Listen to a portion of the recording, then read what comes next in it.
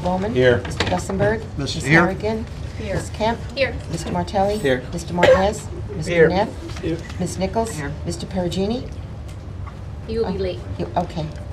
Mr. Talbot. Here. And Mr. Orris. We do have a quorum present. Okay. Stand for the pledge.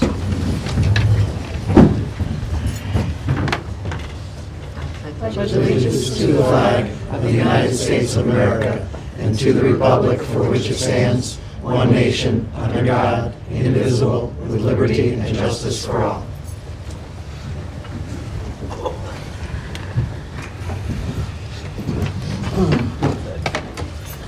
First up on the agenda, I would like to approve the minutes from our last meeting, which was on December 30th. Move to approve the minutes of the last meeting. Thank you, Rich. I'll second. Thank you, Sylvia. All in favor? Aye. And apparently we... I'd like to abstain. I wasn't at the last meeting. Thank you, ma'am. And I guess we did not approve the minutes from one of our first meetings back on November 18th. Those two are also shared via email. And reviewed those. So moved. Thank you, Peter. Second. All in favor? Aye. Perfect, thank you. Next, I want to move on and welcome Jeff Gusfeld from the Collier Group. Hi, Jeff, how are you? I know you also have a colleague here. I do, yes. Charles Warrington. Thank you both for being here. And This is Mark Skylink. hi, Mark. Thank you for being here as well. Thank you for having us.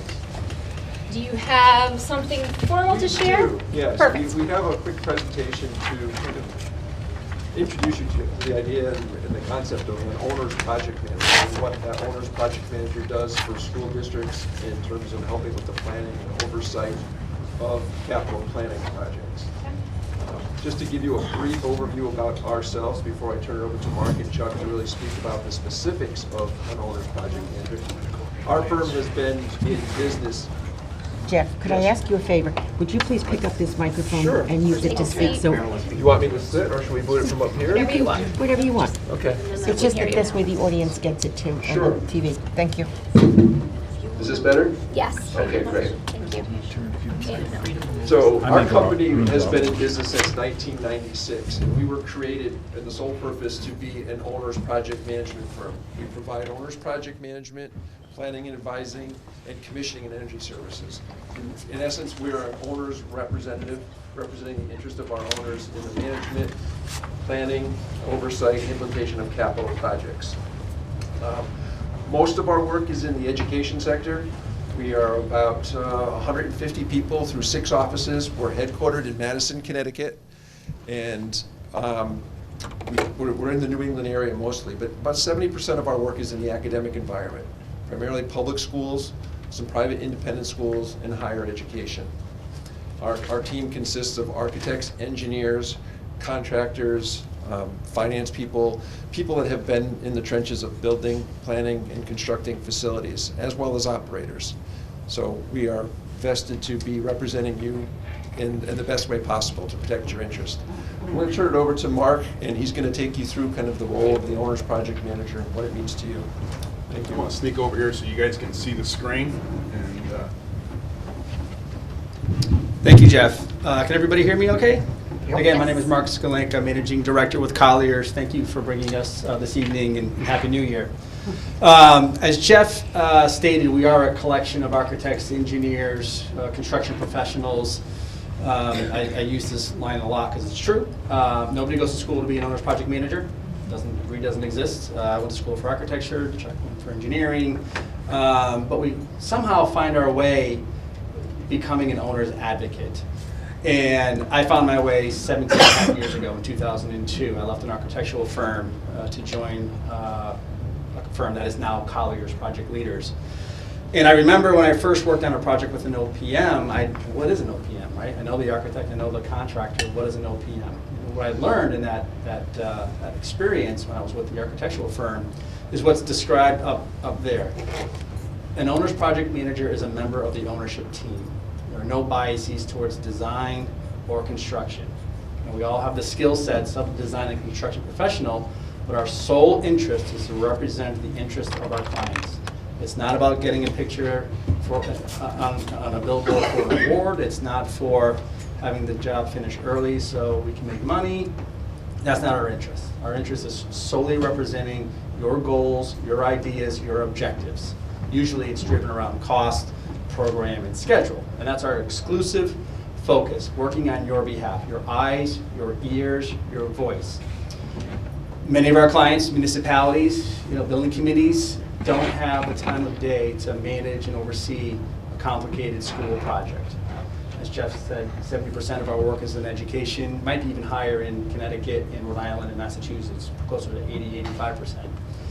And we work with committees that, again, have day jobs. Administrators have jobs, educating students. I'm a parent, so I don't want my superintendent or chief operating officer necessarily, taking away their skill set to oversee a project. So we come in as that technical advisor, technical consultant, to act on your behalf, to speak on your behalf, to help guide you through a process. Building a building is more than just plans and specs and contractors. It's a process. We like to call ourselves process managers, trying to mitigate, identify potential risks, and then mitigating those through the process.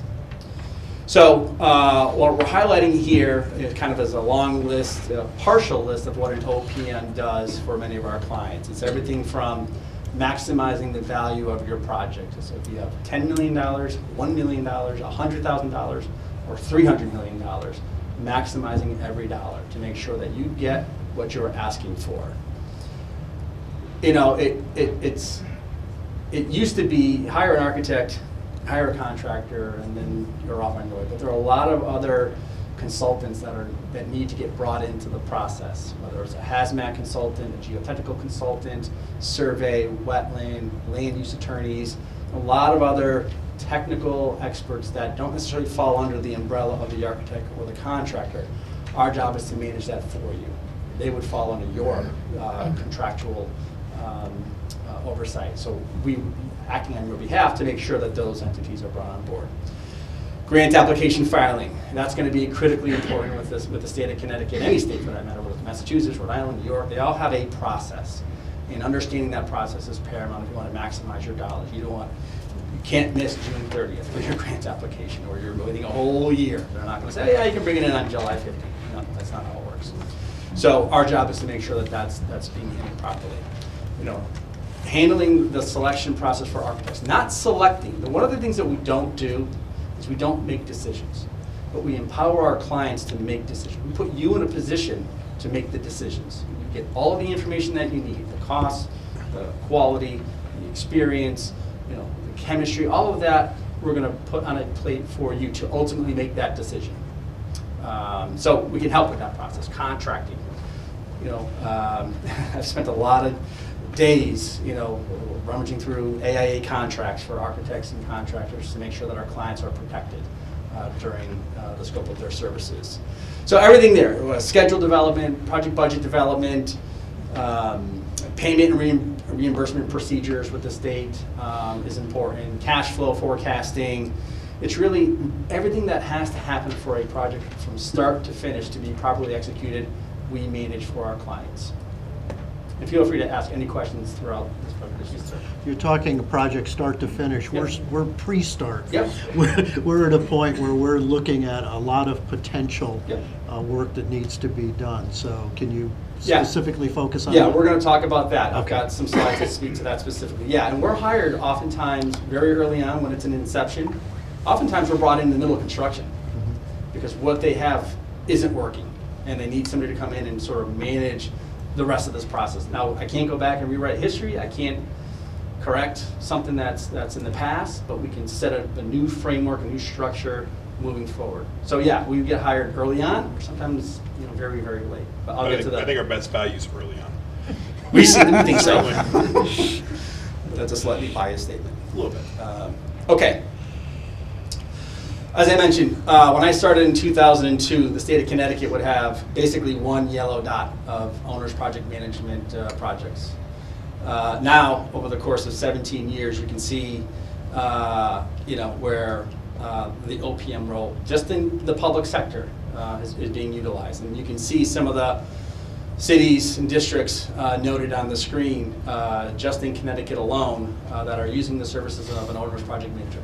Massachusetts, 5, 6, 7, 8 years ago? More than that. 10 years ago, made it a law that any publicly funded project over $1.5 million, you have to hire an owner's rep before you hire anybody else. And first. And first, hire. for anybody else, you have to hire an owner's project manager. Rhode Island is about to adopt that same legislation. Connecticut, while it's not required by law, our services are reimbursed by the state. You can see many districts are realizing they need the support. And a lot of those that you see up there are programs. So whether it's Weathersfield or South Windsor or Madison or Fairfield, it's not, it could be just for one project or it could be for multiple projects. I just want to highlight for the town of Stonington, lovely community on the water, right near Rhode Island. And we were made aware of them through our contact, our superintendent contact in South Windsor. She was approached by the director of finance in Stonington and said, we've got this project that passed referendum. We've selected our architect. We need help getting them under contract. So they reached out and they said, would you help us get our architect under contract? No problem. Like our services, by the way, could be just for a little $2,000 thing here or there. It doesn't have to be the whole project. No problem. We went in, we helped them get their architect under contract. And then they said, okay, can you help us hire a construction manager? No problem. We, little small service, did the RFQ, we wrote the RFP, we facilitated the interviews, and we ultimately, they decided who to choose, we helped them get them under contract.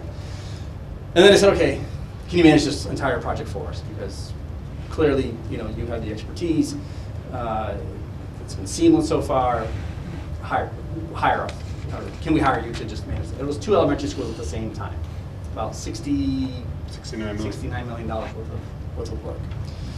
So we said, no problem. During the first 6 months, I would say, of our services, our total fee to manage 2 projects was about $550,000, something like that. It was something about. We saved them, you know, over $7.5 million just by being at the table, and it wasn't because, you know, we were trying to grind an axe, or it was just, why do you have a gap year in your schedule from grant application to start of design? Well, because we thought we had to. You don't have to.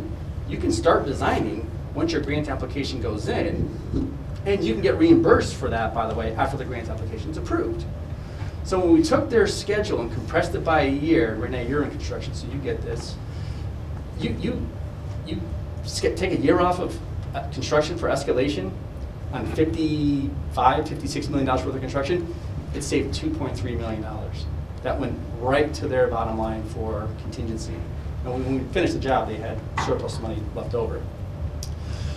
PLA awareness, project labor agreement, we are not for or against it. You know, some clients use PLA, some don't. My job is to tell you what it would mean for our clients if you went with the project labor agreement. Project labor agreement. Yeah, project labor agreement. Basically 100% union participation on the project. Fine program. But it generally costs more because you have the non-union contractors that aren't bidding on the work, and rates are usually a little bit higher. So on a $56 million project, it's estimated by professional estimators to cost about 10%. So they had no idea. So they were about to go down the route of a PLA. When we told them that it could potentially cost you $5 million, they said, all right, we can't lose that kind of program in our buildings. Middle school oversight, you know, they had hired a construction manager, a well-known firm in Connecticut. It was a small little 6-week, 8-week project. Summer Slammer, yeah. They were going to essentially, you know, spend $100,000 to have somebody out there overseeing it, and we were like, all right, we have people that live in the area, we could do it for a lot less and have roofing experience. We did. It saved them $100,000. And then this last one was really important. This construction cost versus project cost. So when they asked us to help them hire the CM, they'd already drafted the RFP, the request for proposal. And in it, they said, our construction costs are $69 million.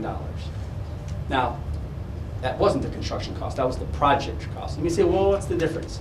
Well, when construction management firms are developing their fee for the project, it's usually a % on the construction cost. So the fee's anywhere from 2.5% to 3.5% of that value. Well, 2.5% on 55 million versus 69 million is about $330,000. So just by simply us knowing that difference and changing, no, it's not construction cost at $69 million, its project cost at $69 million, and the construction cost is actually $55 million, saved them over $300,000. So this was just one of the highlights in the town of Stonington that happened. I was telling Matt earlier, there's an also note up there about notwithstanding legislation. Back in the good old days of school construction in Connecticut, you could over-design your building. And the state of Connecticut, you're over-designed, we're not going to reimburse you for the over-design part. But if you go through special legislation, notwithstanding, all the legislators all work with each other and say, okay, yeah, let's approve that additional funding, and it usually passed. But you got to write letters, you got to go through a whole process, and Chuck was very involved. The state rep came in and said, whoever wrote this letter did a magnificent job because it passed, and that letter came from Chuck. Which was really, really important. And then recently, the town of Mansfield, where we're working, they're doing a middle school, or elementary school project, saw a spike in enrollment between when the grant application was submitted in June to when it actually showed up in September.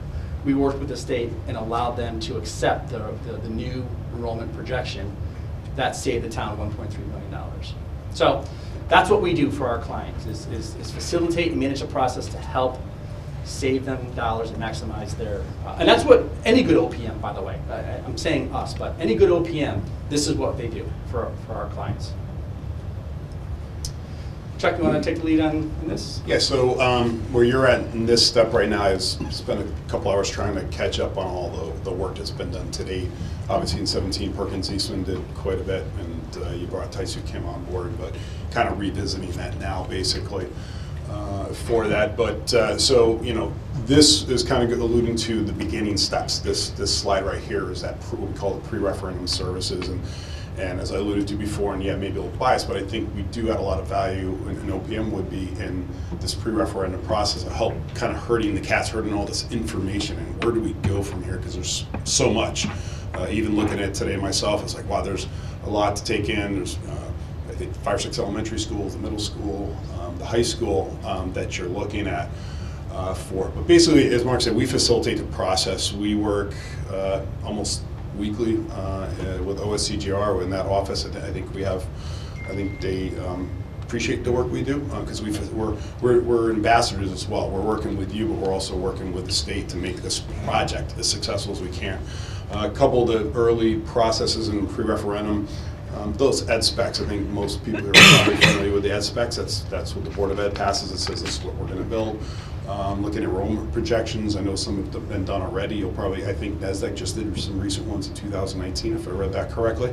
So that's good that those are up to date. And then other due diligence, hazmat conditions reports, phase 1 environmental site assessments.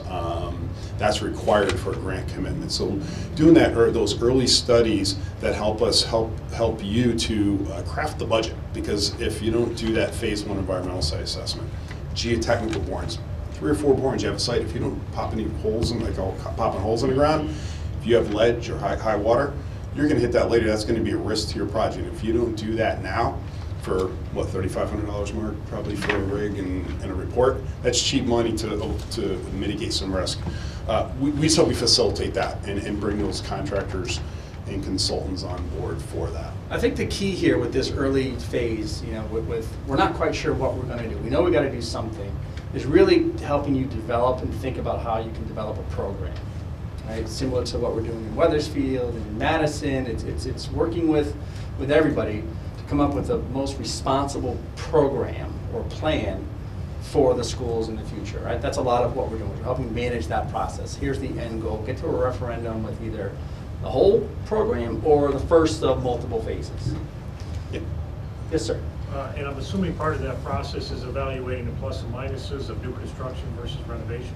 Absolutely. 100%. Yeah, the state is, they keep going back and forth on that. Just recently, another district, they had a high school that was in bad shape, and the state says, we're only going to participate if you build new because of the condition study. And that, we're going to have a slide on that, it's about doing your homework when we go to the state. But they've been going back and forth, but yes, it's evaluating that 10% difference between renovating a school and building new, but there are pros and cons. There's existing conditions, there's abatement, just the hassle of if you can build new and not have kids in the school, you have a schedule impact, and then you also have just the safety and convenience of not having kids moving around. One of the things that we often do early on, and I think, again, say us, but I'm assuming most good OPMs do, is by helping you make those decisions when you've got multiple options and coming up with a decision matrix, right? So we'll establish a set of criteria, and school safety is an easy one. That's a good one because I've got kids that are in elementary school and middle school, and I want to make sure that they're not going to run into a construction trailer. To cost, right? What is going to be the cost? The town impact, the state contribution.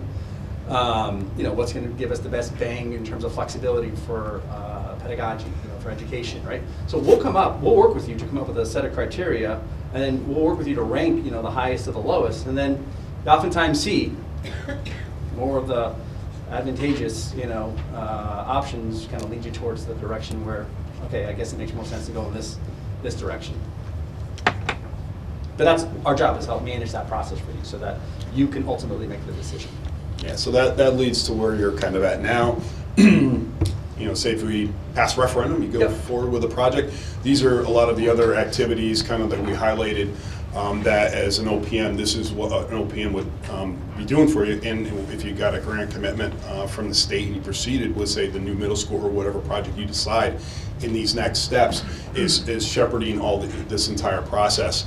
The big thing is understanding the OSCGR process. If anybody's worked with them, it's constantly changing, constantly evolving. They're changing the rules. Being on top of that's extremely, extremely important. But taking you through all those consultant selection phases, doing the design reviews, making sure that those contract documents are as good as they can get. Are they perfect? No, they never are. But we want to help make those as good as they can, so we reduce those change orders and exposures.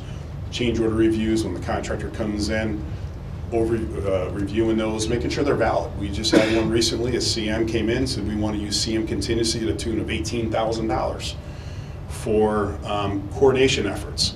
Well, I go back in our records and we said, well, we paid you $41,000 to do coordination before you even went out to bid. Now you're coming to us for another $18,000. Why is that? That doesn't seem to make sense to me. So you need to justify that. So those are just a couple examples of what we'll oversee. And then also the EDO 46, the reimbursement requests now. You can't project out 2 months anymore. It's got to be tied in with your general ledger. We may help you manage the financials. We're, a good OPM is going to be really on top of that to help you keep those as accurate as you can, and also tracking those ineligible costs, because a lot of districts want to put zero. I mean, you end up getting overpaid, and you don't want to cut a check back at the end of the day if you get overpaid by the state. So that's important to be accurate with that, with those. But essentially, like in the yellow, on time and on budget. Both are very important in the process, but on budget in the public sector is probably a little bit more. Question? So how do you handle if contractors behind on a schedule with any sort of day two issues of the project? If they're behind schedule? Yeah, so you don't necessarily have to teeth the contract and say we're not going to pay you. How do you manage that? Well, it all starts at the beginning. Say if you go with CM selection process, I know there's different deliverables, but let's assume that for the time being. First, when you RFP process and getting that right team on board. And then getting those schedules up front, establishing those schedules, reviewing them when the GMP comes in, and then those bi-weekly. Yeah, I just want to, just by a point of clarification, right now we can only accept questions from the committee, the School Modernization Committee, and any public questions and comments will have to come later. No, but that's okay. Okay, so we'll keep going then. Yep, we'll keep going. please. And then maximize the state reimbursement. Well, yeah, the key here with this is maximizing the state reimbursement. And the last thing that happens with any state job is the audit, right? Well, the audit trail starts now.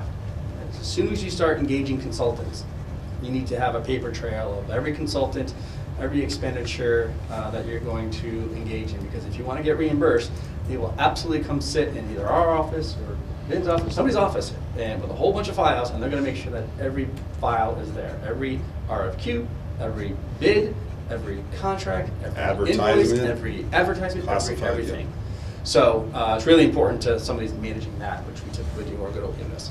Can you also, I understand what an OPM can do in terms of the capabilities, expertise that you bring. Can you talk about the actual working relationship? Like, how do you work with your clients? Like, we have a committee here that has been charged with developing a plan for Cheshire. What could be our expectation for how an OPM will work with us? Ideally, and there's a lot of stakeholders, so you have this planning committee obviously that's been put together, so that's the client, you know, but there's a lot of stakeholders, the Board of Ed, superintendent, and then other, you know, the town Department of Finance, town council. First is to the committee, but it's bringing all those together in this plan and helping to communicate all this information in between them. But we work directly with the chair, and that's the first line of communication. But it's also working with the rest of the committee and helping you bring all this information together, having a transparent process. Obviously, very, very important in that and in guiding you. But We actually have a slide that speaks to that. Oh, okay. Sorry. It's a good question because I knew that usually comes up. Is how do you deal with all of the constituents?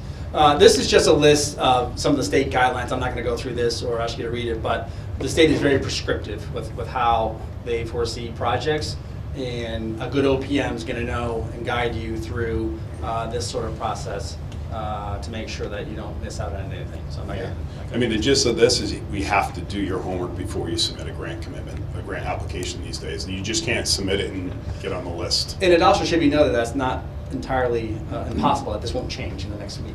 Yeah. These things change often, just so you know. But that's what, to Chuck's point, we're there every week with some client or another, we kind of get a sense of what's happening up there, what might change. So in terms of the next steps for the town of Cheshire, right, and this is where I think we're going to talk about some specifics for where you are now, right? It's identifying what the concerns and the needs are, right? You have to, the state's going to want to know what are the needs, what are the issues. Is it enrollment? Is it conditions of facilities? You know, what is it redistricting? Are you going to close one of the schools and redistrict? All of that needs to be identified and addressed in some capacity. Whether you have it addressed and a plan developed, it needs to be reviewed and understood. Meeting with the state likes to be engaged early. If you haven't already met with them, you probably haven't, you're going to want to meet with them earlier than later, just to let them know what you're thinking, because they're going to help guide districts through. I mean, they come out, they tour the buildings, they, like Chuck said, they'll tell you, this is not going to be a renovation. Okay, well, if you know this is not going to be a renovation or eligible for reimbursement for renovation, you can use that as a basis for making your decision of what you're going to do with the middle school or the high school or one of the elementary schools. And just building that relationship. So I have a question towards that. When you say they can make a determination it's not a renovation or not, it's my understanding if you can meet the needs, which is renovate as new, that and you can demonstrate that to them, then that's really the criterion that they're looking for.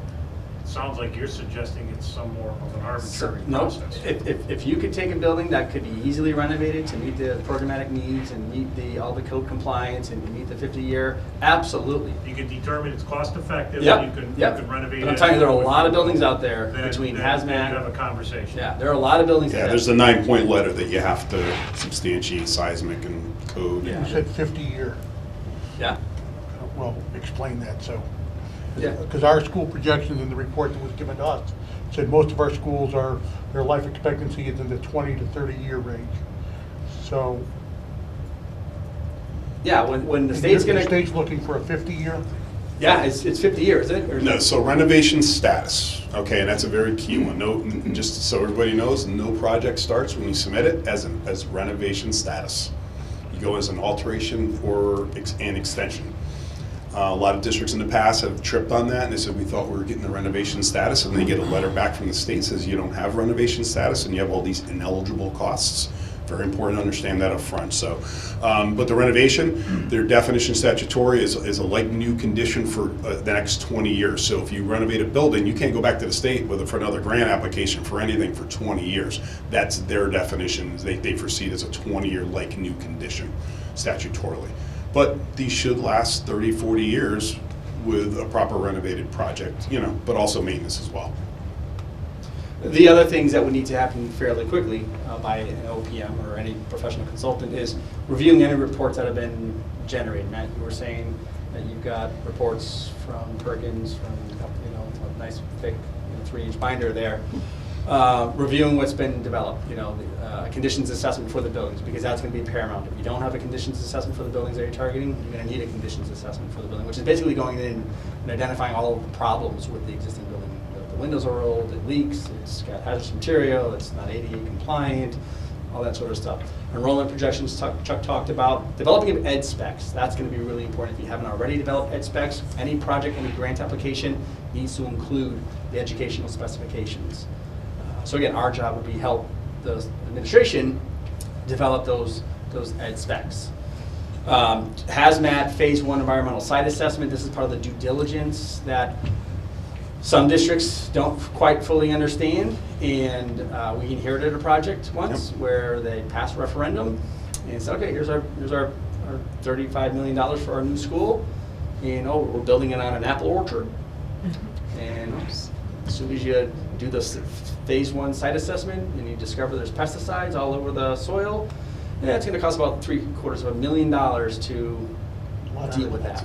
Immediate. But fortunately, you found it early in design. Yeah. Oh yeah, we found it So very we can early. mitigate it and manage The good news that. is that they were able to cut program early, which is not good, but it was. We dealt with another one with 2 schools, Stone was PCBs. Yep. They didn't investigate them, and that's a very tricky, you want to be careful how you investigate that. You have to have the right consultant who knows that process, knows the steps to take, and that's a conversation early with the state, is how, because the state's going to participate, you're going to go, how do we want to handle this state? Now they're saying study them and test and analyze. Well, if anybody's in that world, if you're analyzing tests for PCBs, you got to do something about it. So you want to make sure on the same page with the state. These two right here can go a long way in risk mitigation when it comes to financial success. If you don't spend a little bit of money for this, a little bit of money for that, and you don't do any preliminary geotech, and that's where we want to put our building, and then you go gunk, ledge, and all of a sudden it's a $2 million ledge problem, rock problem. Nobody likes to go back to the town for more money. Certainly not us. Yeah, those initially are probably less than $10,000 for the initial. The hazmat and the prelim geotech is kind of assuming that you already know that you want to build a building somewhere. Can you start back at the beginning here, identifying the concerns and needs? What's the actual starting point? What does somebody come to you with? We want to build this building and It's even redistrict these, or do you help in the redistricting? Yeah, it's even before that. It's we have, in many cases, we have declining enrollment, check, and we have aged facilities that we're spending tens of thousands of dollars annually to heat and heat and generate power for.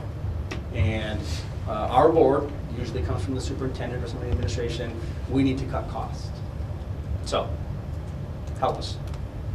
So that's your starting point. That's our starting point. In some cases, right? In some cases it's later, but like Chuck said, the best value that a good OPM can bring is early on when they say, we know we have a problem, we know we're going in a direction, we have aging facilities, and a declining enrollment, or something's happening in town with our population, we better start addressing it now. Yeah, but the key thing is doing the homework and understanding what you have and what your conditions are and what's those costs. And you've already started some of that process in the last couple of years. What's going to cost us to manage it as is or maintain over the next, say, 10 years? What's that cost going to be? So, because if you don't, we've ran into problems where you just the district went for a project, we want to build a new elementary school, and then the taxpayers are going, well, why do we need to do this? And that backup documentation isn't there to support that. Okay, we're going to spend $15 million to do this versus $30 million to build a new one. Well, it almost kind of a no-brainer in a lot of districts, build a new one. So. Yes, sir. You know that there's been a lot of work that's already been done, and we are charged by the town council with trying to come up with a plan and present it to them by September 15th. Is that a doable timeline? Yes, it's doable to come up with a plan by September 15th. We were talking about this earlier. If you came to us today and said we want to get a grants application in this June, that might be hard. That would be very difficult. While you can get your grants application in before your actual referendum, let's say your referendum's in November, you can do that. But by June, you would have to know exactly how much you're going to spend for whatever project you're going to be pursuing. That would be very difficult starting on January 6th. But you feel we could get a plan Absolutely. put together? Yeah, brought it's to going the to take a town lot of work. council It's going by to take a lot of meetings. It's going to take a lot of due diligence. It's going to take, and if needs and issues are addressed early on, you can absolutely get to a point where you can present to the town council in September a plan. And you've looked at the work that's been done previously. Do you feel that we have a large body of material that's already been put in our hands or put in your hands if you were to do this, or do you have to go back and redo a number of I don't things? know if we have to redo anything. We might have to do some things that you may not have already performed, depending upon how the plan and the program is evolving. So for example, if in July, it looks like we're going down the road of doing something at a particular site, we may need to get some geotechnical borings in there that you may not, probably already don't have. I think your FCA's, I looked at those from Perkins, I think there's some areas that maybe fill a couple areas, you know, in hindsight, you know, like MEPs, I didn't, you know, I looked at it quickly, I didn't study them in depth, but I think a few areas you might want to supplement the information. Tony? Renee, really quick, so, and not to put you guys in the spot, obviously you're aware of the Perkins Eastman board, and huge pioneers in that detail. Yeah. But even for this board, for this sort of standing committee, the SCN, the Modernization Committee, I would imagine, and even for myself, and I've been through some board special plan, I often wonder, are there gaps that perhaps we missed, or is other pieces that perhaps we should look into? I would imagine, would you folks be, or would you recommend going through the material, identifying if we haven't done, for example, a hazmat, phase 1 NCA, or other assessments? Sure. This committee will probably need relevant decisions on how to move forward. Basically, have an element. Yeah, basically, exactly. I think one of the first steps would be just stepping back, taking all the information, take a little time to look at it and go, you know, but we're doing this from scratch. What is it we need? What are those gaps? You know, what do we have to ascertain in order to develop that benchmark or where you're at? And what's the information? What do we need in order to inform your community of the needs? Because if you don't have all those parts and pieces there, that's when you go to sell a project and advertise and do community relations. If you don't have those answers, they begin to cast doubt on the program. This question is related to an earlier discussion, but what do you typically see happening first for communities that have had successful referendum? State grant approval, or referendum first and then grant approval? Well, the state, before they approve the grant, you have to have an approved referendum. Now, you can submit your grant application before the referendum, if you choose to. And I don't know if the state, again, as long as you have your value identified in the grant application, you can have your referendum in September, October, November. It has to be by December 15th? November 15th. November 15th. By statute. So they, you know, and usually mid-December is when they start to package the priority list. So they're not gonna, and if you fail a referendum and you've already submitted your grant application, it just goes in the wastebasket. You know, they're just, you know. I think some of the pros of before, though, of having your referendum before the grant application is the not advocacy period, because we always say there's the one-third, the no's, the yes, and the maybes, where you have to, by statute, technically you have to establish the date of the referendum. Some districts have kind of worked around that to say we're going to have a referendum. What happens though is then you can't advocate. Board of Ed, the town, you can't talk about it and support it. PAC groups can do that, and that's, we're going to hit on that, but there's some pros and cons to that, depending on the timing, and every district's different. It's very unique to every district, that strategy. But I think we've answered that already for ourselves, because if we already realize that we probably can't get to an application with the state in June, Yeah. we're obviously trying to get to referendum in the election in November.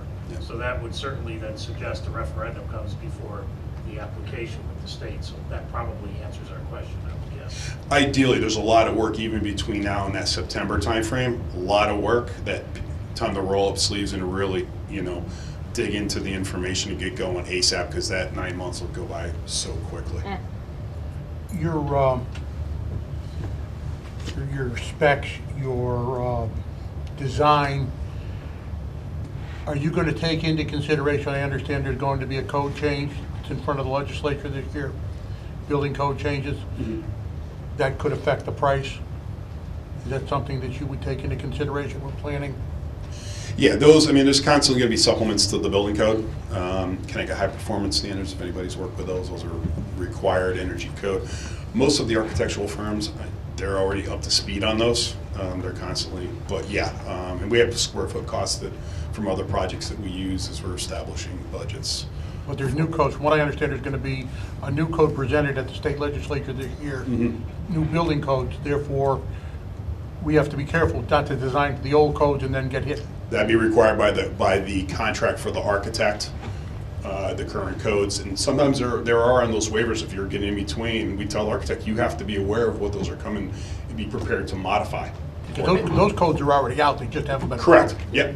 So Matt, Which is yes. if there's anything going on with the codes and we get access to the proposed codes, if we saw something that was really going to spike something, we would obviously factor that in. And we would hope that the state would also factor that in, because the state has prescriptive cost per square foot that they say, you can't go over a certain amount per square foot. Well, if the state code is now dictating something that's going to exceed that, we would hope that they would MEPs or envelopes like that. Yeah. Just to keep going in the spirit of time, the last thing on this particular slide is just knowing the debt status in town.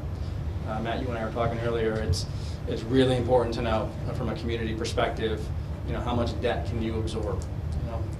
What's your bond rating? What would it do to your bond rating? What would it do to the taxpayers?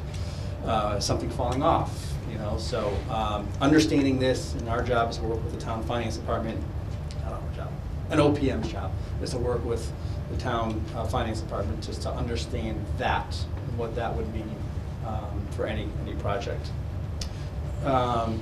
So what should the town of Cheshire be thinking about? And these are two documents here that we're going to hand out this presentation when we're done, so you have a hard copy of it. But this program, right, it looks like it's an elementary student who did this, is the South Windsor program developed in 2013. Okay, so if you're talking about a long-term, multiple school, multiple phase program, the state of Connecticut, the residents of Cheshire, and for your own sanity, are going to want to see a program, and are going to want to see a layout, right? And what this document does, and here's some of the details behind it, it lays out year by year, building by building, I want to say year by year, I mean school year, calendar year, school year, what's going to happen, what are the steps. So the state of Connecticut sees South Windsor, and we're fortunate to be working with them, as the model town for school programs. I mean, anytime they drag Dr. Kate Carver, the superintendent, to a forum of school construction, they're going to, because they know that it's a well-developed plan, and they're following it. And the reason that they've had success on each referendum is because it's a plan, it makes sense, it's being followed, it's logical, and they're meeting successes. So phase 1 was successful, that helps phase 2. Phase 2 is currently successful, which we hope is going to help phase 3, which will be up for a vote in March. But developing a plan, long-term plan. We have successes and we have seen failures. And it often comes down to not having a well-thought-out program and a plan. So this is something that you're going to want to definitely take a look at, and your OPM should help steer you towards developing. And again, we have lots of support that we work with to help develop this plan. This understanding the town's tolerance for a referendum, right? This is an important one. We've worked with some districts where they'll talk to the town manager and say, all right, we're thinking of a referendum in November or whenever. Is there anything coming up from your perspective? Yeah, we got to do the salt shed. All right, can you not do the salt shed for this referendum, because I don't want the taxpayers to see a $10 million salt shed, a $40 million school project, and hey, come on, how much money do we have to spend? So really having an OPM should facilitate those dialogues to make sure that there isn't anything else major coming that an exhausted taxpayer would be like, all right, enough, I need a break. We don't need to spend another 30, 40, $50 million. We just spent $80 million on a sewage facility. Right? Those are the types of things that you have to understand and learn from any failed referendum that you might have had in the past. An example, a client failed at referendum, and a lot of the information was being shared digitally. Facebook, Twitter, websites, all that stuff that is out there. And then after it failed at referendum, the project, they did a survey of the town. And one of the questions was, how do you get your information? Guess where social media ranked? 17th on a list of how I get my information. Okay, so for the next project, let's not focus on social media as much, because that's not how people get their news. My dad's 79 years old. He's not on Facebook, he's not on Twitter, he's not on any website, but show him a periodical, show him something in the newspaper, because he sits and has his coffee and reads. That's how he gets his information. Tell me that there's a tour of the facility, I'll go, walk around.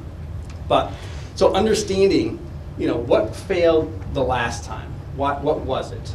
Was it communication? Was it not a plan? Was it whatever? And just react to it, or be conscious of it. It's really, really important. We talked about this earlier, understanding, establishing the Board of Ed Administration Building Committee roles. This is really, really important. Our job is to manage that process. We've seen successes where the building committee understands their role, the Board of Ed understands their role, and the administration understands their role.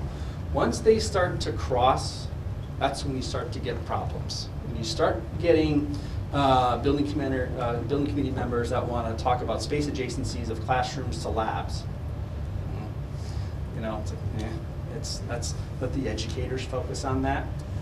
Once you have educators that want to talk about the fenestration details and the look of the building, that's maybe the building committee's area, because your name's going to be on a plaque, right? And if a building looks good or it doesn't look good, you're going to see the names on that plaque, and they're going to associate, why did you pick a green brick or a blue brick or whatever, right? I see it all the time. We see it all the time. But a good OPM will make sure that everybody understands their role clearly, and then try and work with all of the departments to make sure that you're kind of staying in their swimming lane, if you know what I mean. Just stay here, and if you have an issue, we'll bring it to the other departments to make sure that your voice is being heard, and vice versa.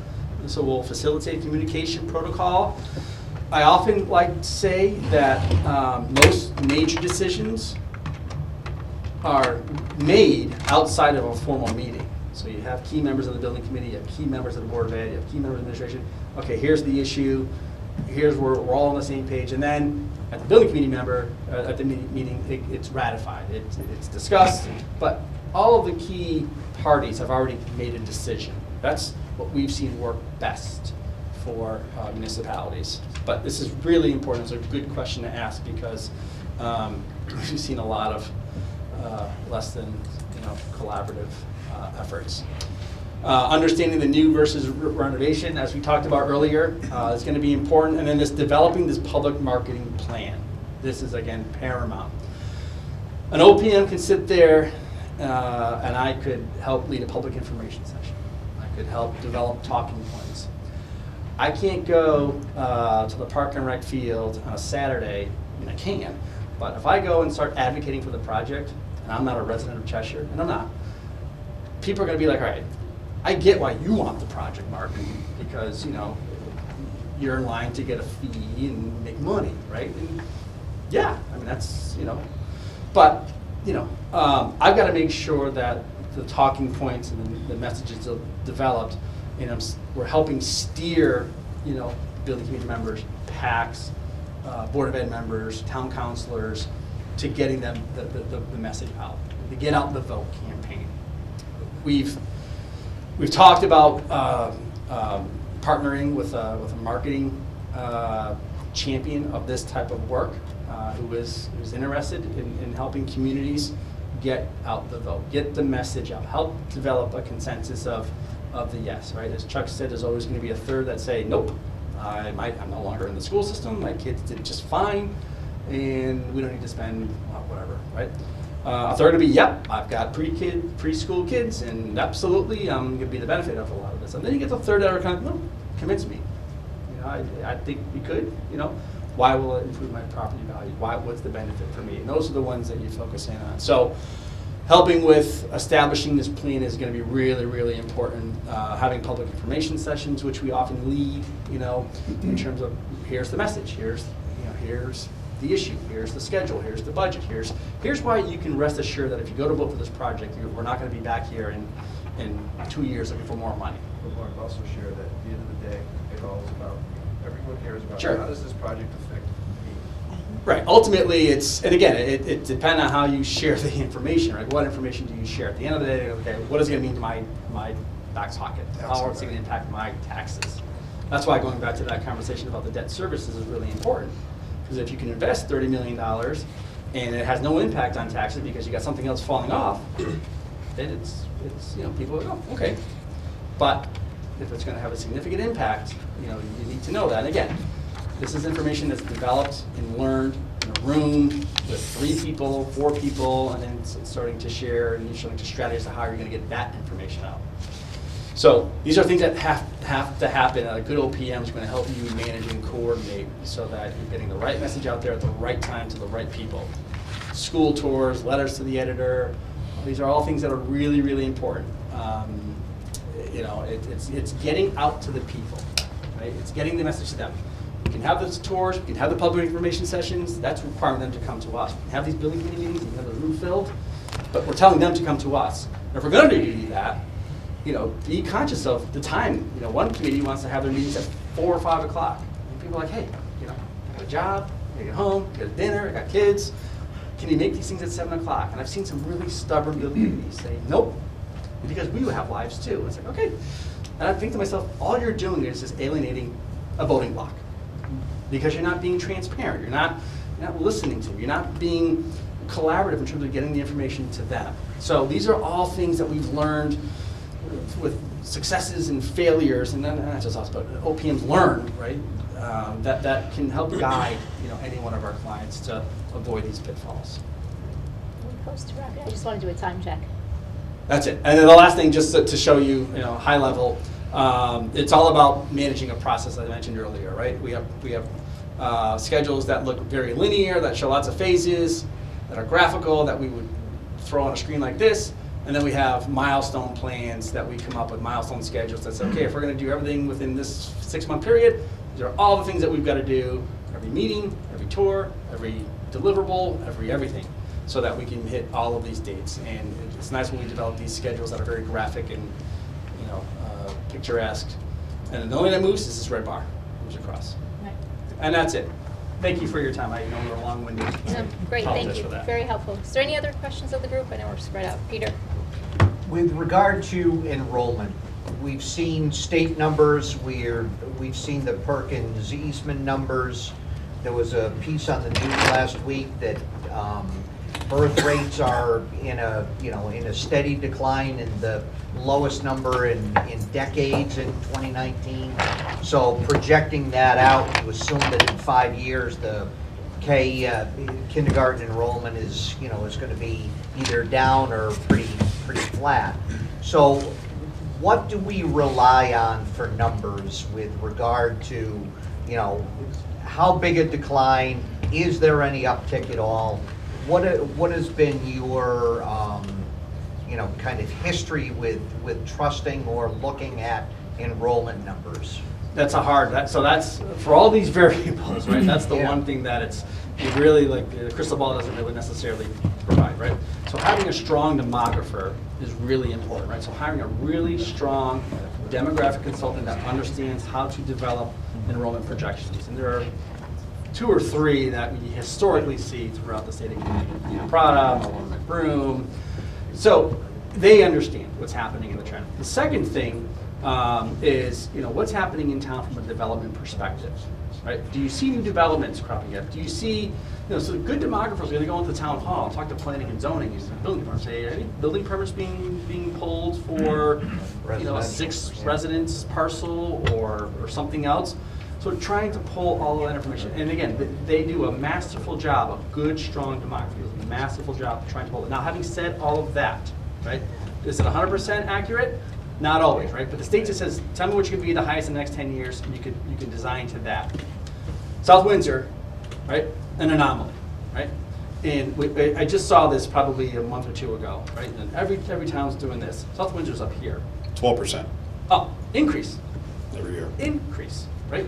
And they're like, it's off the charts. And what's happening is new industries are moving into town that are bringing in jobs that nobody could project.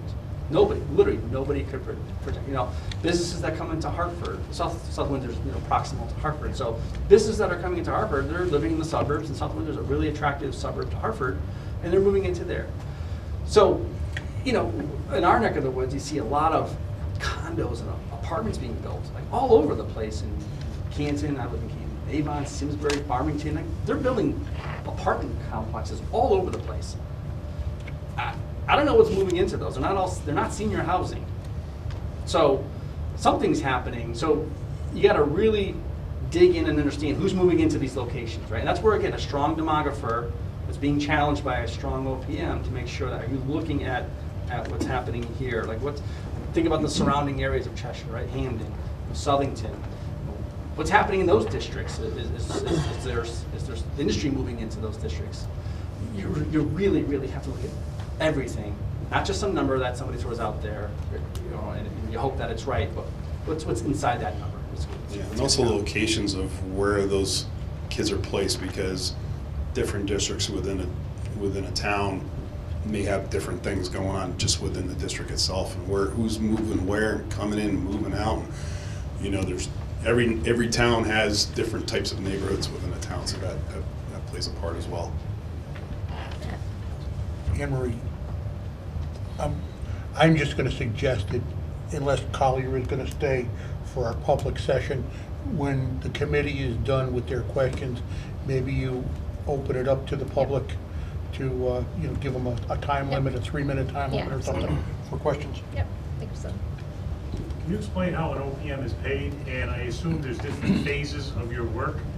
I'd love to understand how you do phase that.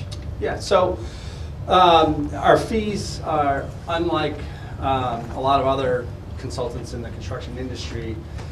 It could be for a single phase to help us understand what the program is, which might be, you know, a small amount. And you can do a series of smaller amounts. You know, so phase 1 might be $10,000, phase 2 might be $10,000, phase 3. You know, it depends on that. And then, generally speaking, whether it's a phase or it's a project duration timeline, our fees are generally who's involved. And we don't just sell. We're not a clerk of the works, right? So you might have heard that term. That's not what it's not what a strong OPM is.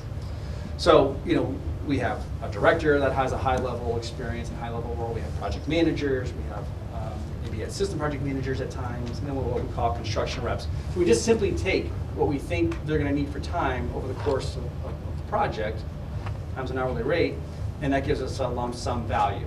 Now, that lump sum value could be prorated over every month, or it could be hourly not to exceed. It depends. You know, we're flexible to, and I think most OPMs are flexible to how we're paid, but it's, you know, here's what we think it's going to cost for our services, whether it's a small 2-month phase or an architect selection period or a 2-year project. And if you do an hourly not to exceed, we give you what the rates are for our staff members. So we can slice and dice the scope. Absolutely. Yeah. As our in services. a phasing way, and you'll come up with and we'll obviously need to put that into the RFP as to specifically what services we're looking for. But you know, you're not saying once we start, we've got to be involved all the way to the end. No, we would like that. What this group is really looking to do is, we have a blank sheet of paper. We've got a lot of information from the prior report. Yep. But we're not 100% sure which avenues to go down. Yep. So whether we need to pursue some renovation options, whether we want to pursue some new construction options, we need someone to walk that path with us to get us to the point we're ready to make a decision. Yep. So I suspect that may be the first RFP. Yeah. It's more a la carte. Yeah, Pre-referendum. that's quite honestly, that's how a lot of our engagements start. Like I mentioned in Stonington, they just said, hey, can you help us get an architect under contract? Sure. It was like $1,000 maybe to negotiate a contract, and then it just went from there. Thank you. To expand upon Rob's question, a typical team that you would use for, I'm sure different players or different team members from your firm would change depending on the scope and size of the project, but typically how do you select a team that's a good fit for us? Good question. What we do, and I can't speak for other OPMs, but what we do is we try and put the most experienced individuals on any assignment. So I wouldn't necessarily assign a project manager that's doing healthcare work, because it's no different when I'm sitting at the table, we're sitting at the table, and we're trying to help you select an architect, right? And there are lots of great architects in the state of Connecticut. There are great architects for schools, and there are great architects for healthcare facilities or corporate interiors, right? You work with people that understand your type of a project. So if it's a school project, a school program, so as a managing director, I'm choosing Chuck to be here tonight. Now, there are 5 other directors I could have brought to this meeting, but none of them have the K-12 experience that Chuck has. That's largely what he's running for us in Connecticut. When it comes to project managers, I'm bringing project managers that do Connecticut K-12 schools, that understand the state, understand the dynamics of that type of a project. So that's how we choose staff members. It's not necessarily, well, they're available, so let's just bring them. No, that's not how we work. It's we make sure that we've got the right people that understand the projects. Yeah, the question was more geared to Colliers and how you Yep. assign people. Yeah, that's how I assign people. It's who's the right person. So tomorrow night I was talking to a potential healthcare client.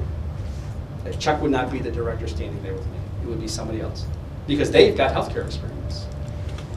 And a bunch of the other questions that I had were already asked, but one final question is, a lot of acronyms were thrown around this evening that a lot of people may not understand what they are.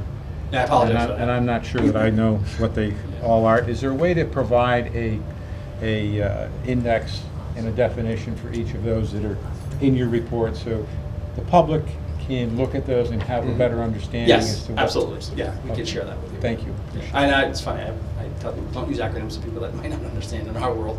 RFQ, RFP, OSCG, and RCC. Yeah. Renee?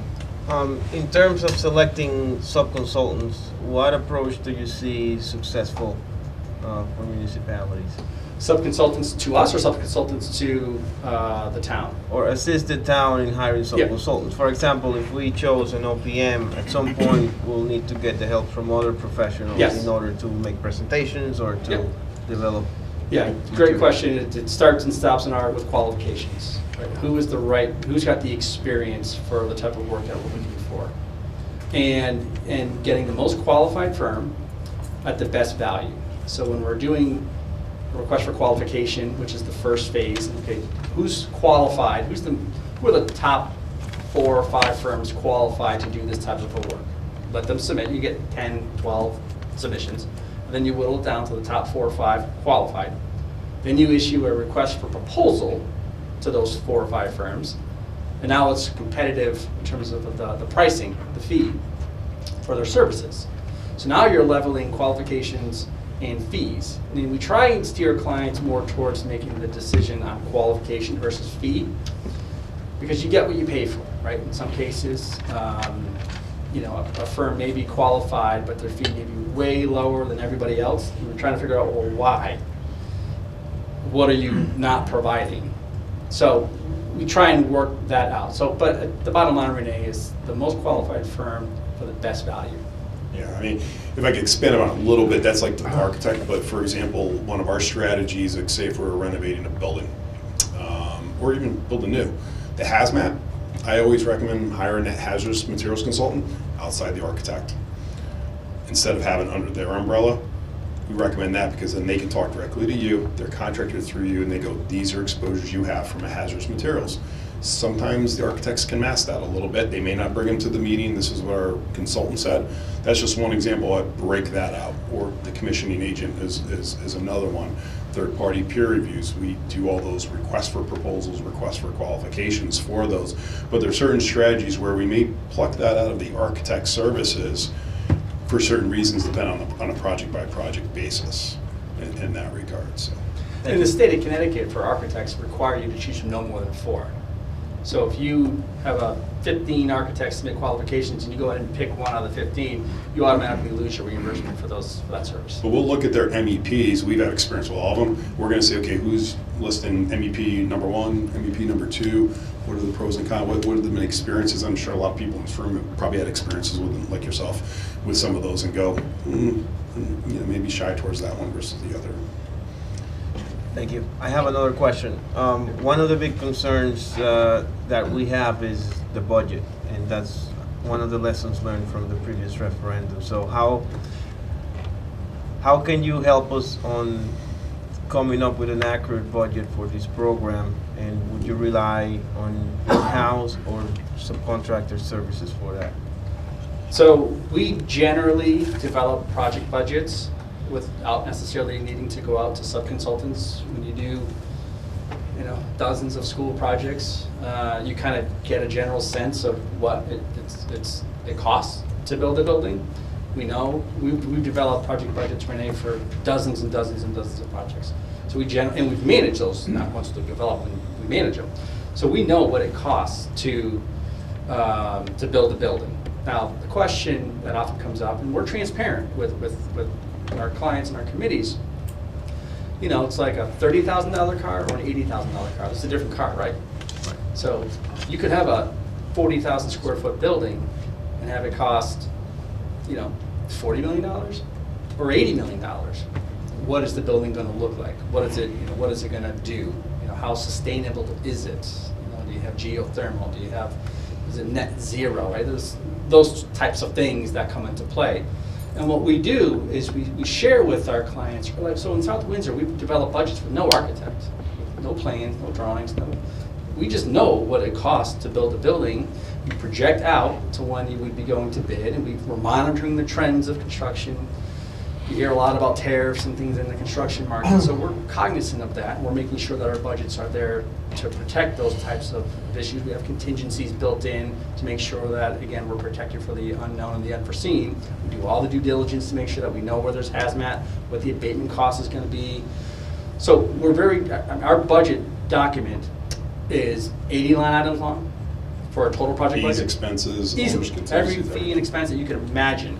Advertising, legal, survey, wetland, you name it. We're identifying a value based upon this type of a project. And fortunately, we're because of good work, our projects don't come in over budget. Now, you may say, hey, we can't afford $50 million. Okay, well, I'm not just going to go cut contingency, because that's a simple thing to do, right? That's the safety net for when you run into something that's unforeseen. Okay, so what can we do? Can we make the building smaller? That's where you work with the administration. Can we cut this program now, move that to phase 2, which is in South Windsor when we needed to cut? Okay, let's move that to phase 2. Can we use less brick and go to more concrete masonry units? Lots of different strategies to help keep the costs manageable. At the end of the day, you've got to get a number that the town's going to support. We're very detailed and transparent with how we develop those numbers. But if you say, can't afford that, okay, well then we'll work on getting something that's tolerable. But not like a magic number that we know as soon as you break design that we know we're not going to meet the design.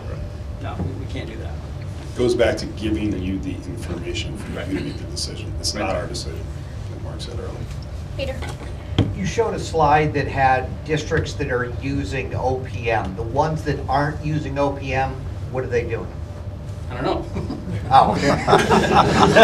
Well, I assume, in some cases, they might have staff on board, right? Some districts are larger than others, and they might have a planning or facilities department. I noticed that it was New Haven, some of the larger... Well, New Haven hires a program management firm, right? In Hartford and Bridgeport and Waterbury, but most of the ones that you see listed on that screen, a lot of them, at least the ones that we're involved with, are the Stoningtons, the New Fairfields, the Fairfields, the Brantfords, the Madisons, the very similar East to Hamptons, Cheshire. the South Windsor, the Oxfords. Mhm. Yeah, it's smaller. Some committees feel like they have enough institutional knowledge around the table. In Massachusetts, I was mentioning earlier, where you're required, they also require the building committees to be filled with construction industry professionals. So you have to have architects, engineers, contractors, construction lawyers. Yeah. July 1, building committees have to have at least one member in the industry effective July 1 in Connecticut. Right, but that's just one out of 7, 9, 12. But even still, where you have all those with industry knowledge, Massachusetts still requires the town to hire an owner's project manager. Thank you. Is this group all set? Question us. All right, we will open it up for any questions to the public for Collier Group, and just a reminder that they are here just for information purposes. They have not been hired by the town to do any services at this point, so again, just here from a point of reference for us, so if there are any questions, hopefully we keep it under 10 minutes for everyone. Yes? Rob Mercado, 1146 Whitfield Road. How is your firm going to help? What I think Cheshire needs is where we're going to go. What's 10 years education, 20-year education look like? What do these buildings need to do? How are they going to Rob, build? Do they need scalable? Can we use a microphone, because I'm not picking anything up. How is your firm going to help Cheshire? What I think we need and what we're lacking is where do we want to go with our schools? What's the size of the classrooms? Do they need to be scalable? What the infrastructure needs to be? What 20-year education is going to look like? You know, is it computers? Is the walls need to have monitors part of the walls? I've seen structures where you can reconfigure almost every room to different sizes, and you know, not little partitions, but the walls actually move. The walls have monitors in them. What does Cheshire need? How do you help us in there? Because it seems that's where we're stuck. Is what are we looking for in a new school before we can go to these schools and see can it handle renovations or new? What do we need? And I think we need help in that. And how can you help us in that? Yeah. Great question. And what we do, or an OPM should do, that has any amount of experience, is you're sharing what other institutions are doing. Right? What are the other districts doing? We're listening to what the educators, the administration is saying. Here's what we need, right? So everything you just talked about, we need, the big catchphrase now is 21st century learning. You might have heard it. I hear it every day. 21st century learning. And it means something, actually. It's not just a phrase, right? So I look at my kids who are in 6th grade and freshman in high school now, and Chromebooks and iPads and things that when I was sitting in a room in a tablet armchair, with a chalkboard, it's just different, right? And there's group-based learning. And it's so having spaces that are flexible, that have technology. But be careful with technology, right? So, technology changes a lot. So making sure that you have flexibility within the space to accommodate the change in technology that might be coming with while you're designing the building, right? So if you have we have some designs that are 2 years long, and then construction takes 2 years. Well, guess what? Over the course of 4 years, technology could change quite a bit. So making sure that you have flexibility within the spaces. The point is, what we're doing is, I'm not an educator, right? I was educated, but I'm not an educator. I'm not going to tell the superintendent and administration how they need to be educating their kids. But I'm going to share what other districts are doing to accommodate what's happening in today's learning environment. And then listening to what they're saying. Here's what I need. I need the flexibility. I need this. I need that. I need clusters. I need a room in the middle for medium-sized gathering. Okay. Our job is to get all that information and make sure it's being transmitted properly to the design team. They're designing all of that. But it starts with a dialogue. Here's what other districts are doing. Here's what they're doing in that district. Here's how they address that issue. But again, I'm not dictating what has to happen. That's what we do. Thank you. Any other questions?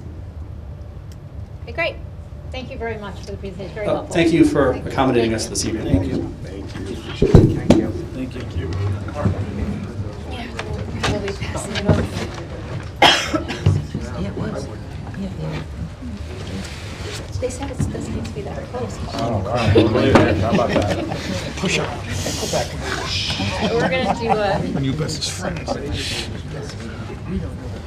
one of the key points that was brought up, obviously, through that presentation was understanding debt service. So we do have a presentation on a little bit of financial history for Cheshire and what debt we have and service and things of that nature. So I think Jim is coming up to spearhead that presentation and give you back the microphone.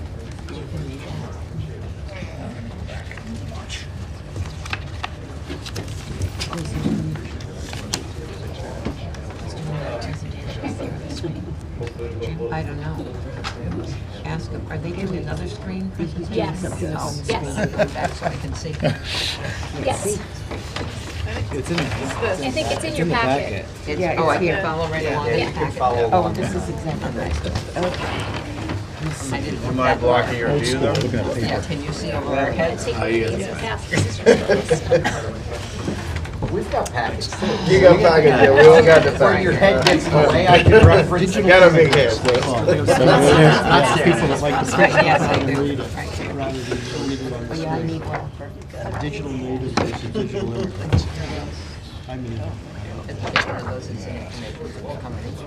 Like balance. no, I don't mind reading it.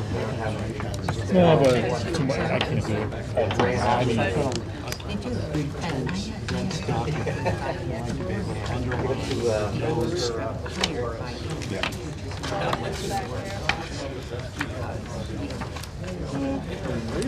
staff right. to do that.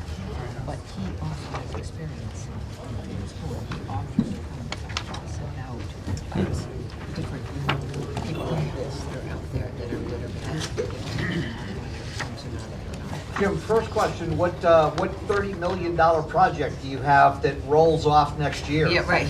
It doesn't, I think, you know, 30 million. we added 25 million a couple of years back with the water pollution control plan. When does that end up rolling off? That goes 20 years Yeah, out, I was so, gonna say, so I think it was That's right. got a good 2018, 17 years left. 28, 38. Yeah, right. Wow, there you go. We'll start building in 2038. In 38, we'll build a new school. All right, for time purposes, I'd like to get started, please. Go ahead, Jim. Thank Okay. you. I'm going to kind of start with our ratings over the years, and just to give you a little bit of history where we've been over the last couple decades, and you know, kind of in an effort to show you how we got to where we are today.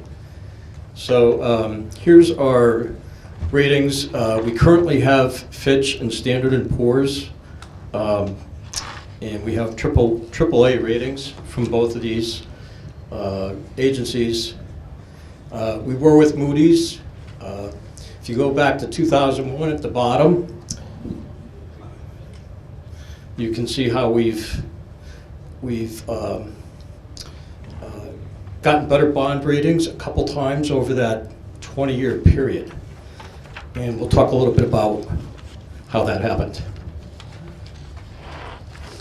And this is just a summary of the bond ratings. So you can see we have AAA from 2 of the rating agencies right now. And it'd be nice if we could keep it that way. Okay. I just wanted to emphasize that the rating agencies just don't look at our overall debt. They look at a variety of areas. Institutional framework, that's a little bit about, you know, what kind of policies do we have? Do we have a debt service policy? Do we have fund balance policy? They look at economy, they look at management, how strong a management team we have, various financial measures. And you can see the percentages that they subscribe to each of those. And then debt, only 10%. But take that with a grain of salt. They rate on all those areas. This is S&P, just as an example. And then they make adjustments based on certain attributes that they would consider favorable or unfavorable. So you can see positive overriding factors on the left and negative overriding factors on the right.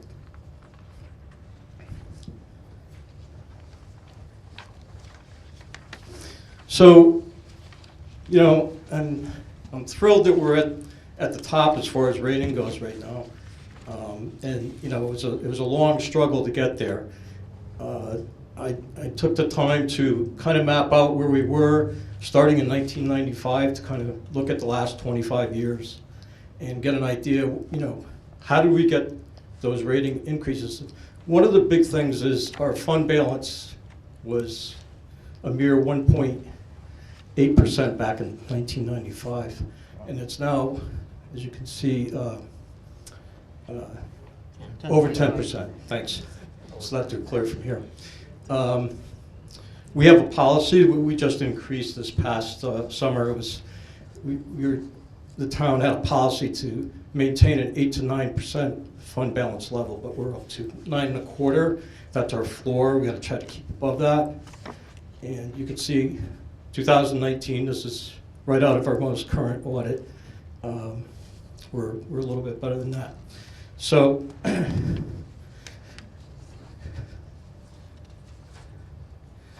that 10.19, that's roughly about $11 million. And that has given us a lot of flexibility when we bond. I know 20 years ago, since we didn't have that much fund balance to use for cash flow, we'd have to bond or do short-term bonds every year pretty much. And so now we're pretty much doing bond sales every other year, which has saved us on costs. So feel free to ask any questions as you go along. I'm just going to kind of fly through this. These are some of the, what I think are major attributes as to how we got a higher rating over the years. So this is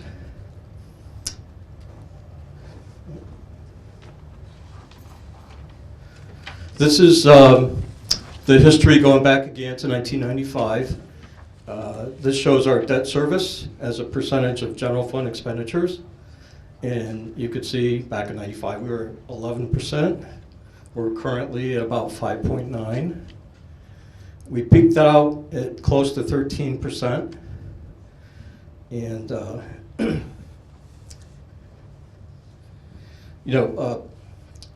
I might mention that the 5.9, where we're at right now, we just did a major water pollution control plant upgrade, as you know.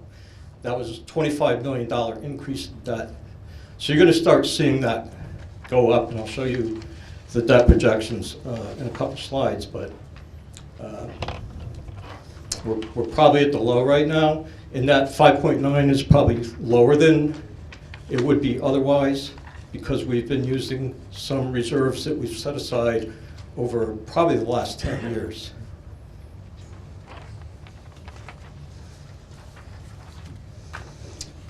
I have a question. Sure. What is the normal debt level for a municipality? Is there an amount that represents a healthy number versus not? So, and again, and a couple slides up, but I think S&P, for example, uses 8% of budgetary expenditures. It's kind of like a target. Our town fund balance policy is 10% right now. It's not to say that we can't go over 10%, but it's that's our target, to stay underneath that. And as you can see, we were well over that back in 2000. I think that was, if I recall, we did a pretty big project at the high school at that point for the facade. We had the pool coming on, so we did peak out with that back then. As far as reserves, we have been fortunate over the last decade. We had a closure of a trash-to-energy plant. Cheshire was a member of the Connecticut Resource Recovery Authority. So there was actually a reserve that we had with that organization that we got once they closed that.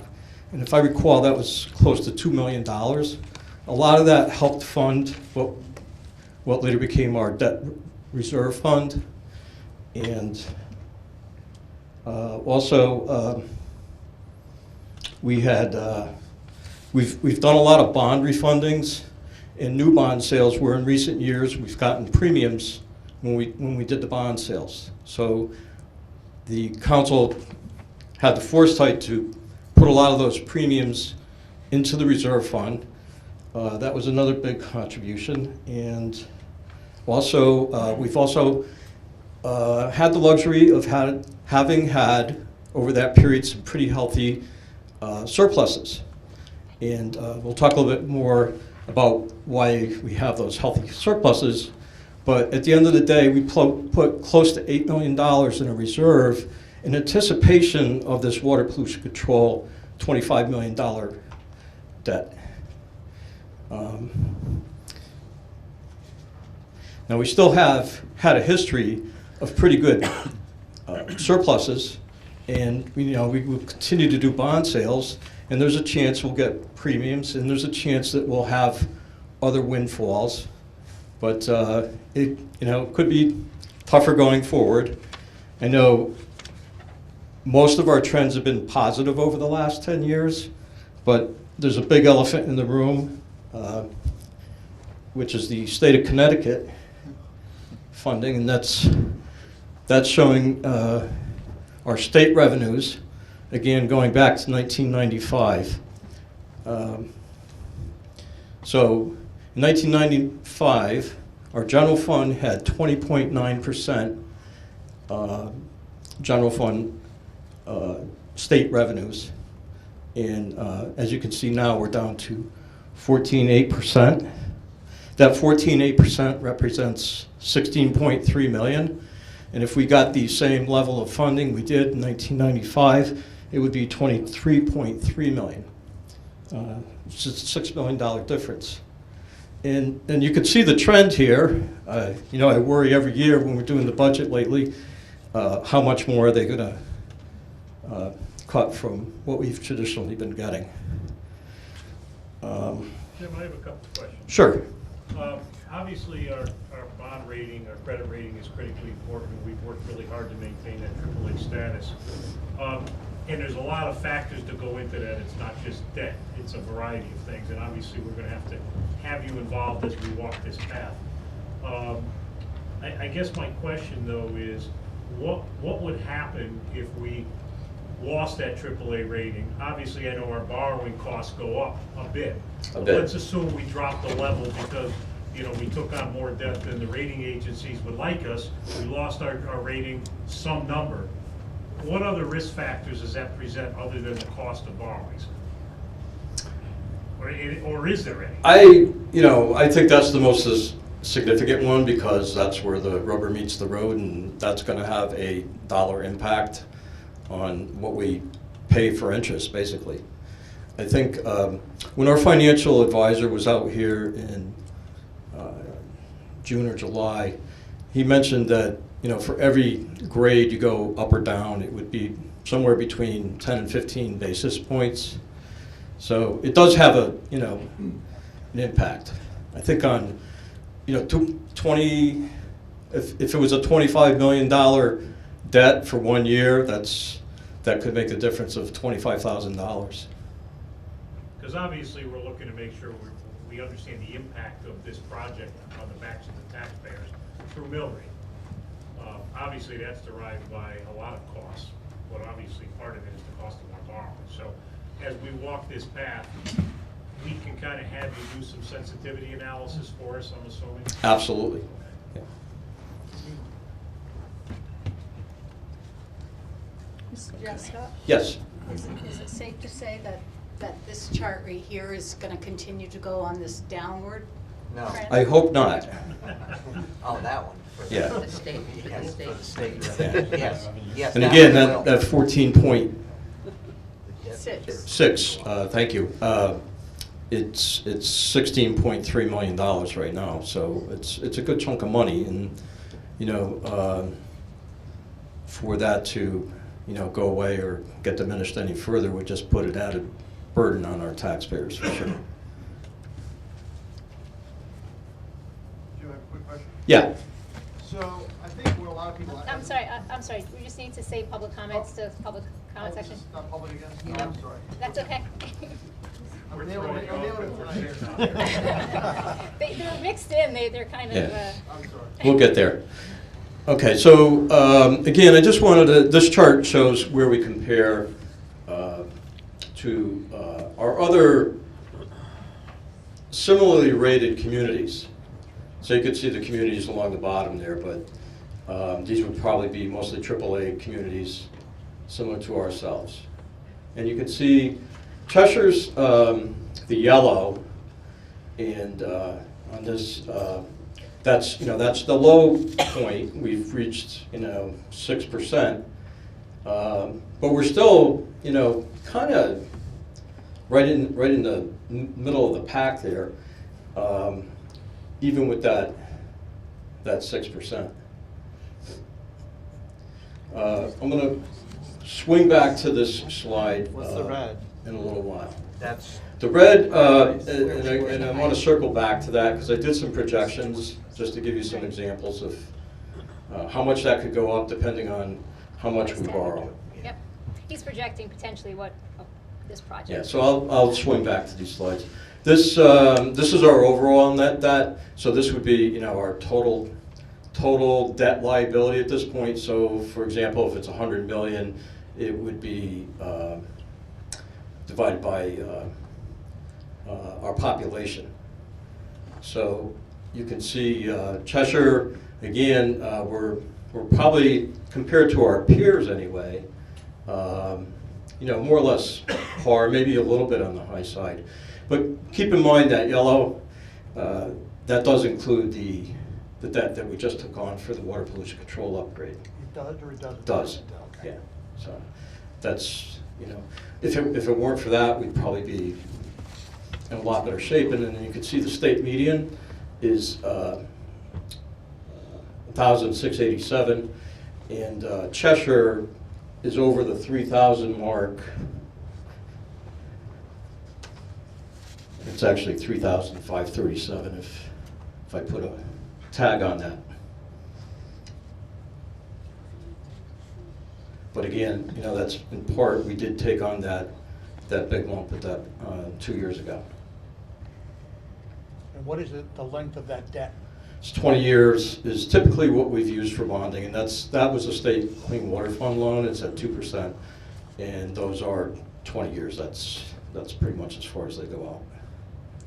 And Jim, if I can just throw in here so people understand, we had that reserve account for many years that we were using, as you suggested, Right. to smooth the spike in debt service when the water pollution plant came online. A good portion of that money is gone. And, we're going to work obviously to try to rebuild that so we continue to smooth, but that money's not there, correct? Correct. And, it took us 10 years to get that pot to work with, along with some, again, favorable developments. In addition to the $2 million I mentioned with the closure of the Connecticut Resource Recovery Authority, we also got close to $1.5 million, if you recall, for a settlement with the prison. And that was just a couple of years ago. That also went into this debt reserve. So we did have some windfalls over the years. Jim, would you explain to people that during the construction phase of these projects, that the interest actually accumulates and becomes due at the completion of the project? Okay, that was true of the Clean Water Fund loan, Yep. where they did advance us construction loans throughout that process. Right. I'm not so sure, typically we've been bonding every other year in probably at least the last decade. And that's because our fund balance now affords us that luxury based on now we have $11 million there. So that gives us some working cash flow to fund projects that are in process. And I would assume if we go forward with a school project, we could also use that to a degree just to get things started. So we may not have to, bond right off the get-go. But depending on the interest rates too, we're going to have to look at that, because if the interest rates are really low, we may want to. Jim, do you expect any debt to be retired in the next couple of years? So will that number come down a little bit, or will it continue? It's, based on that 20 years in the water pollution control plant, yeah, we're going to kind of level off, and you'll see in another chart where we're going to be at pretty close to an 8% of general fund balance for some time. And we're pretty much locked into that, unless there's an opportunity to refinance, which I thought a few years ago we probably saw the last of our refinancings here because the interest rates were going up. But it does seem like that trend has reversed, and maybe there's some potential for that going forward. Jim, if we went to 10%, what is the dollar amount? If we went to 10%,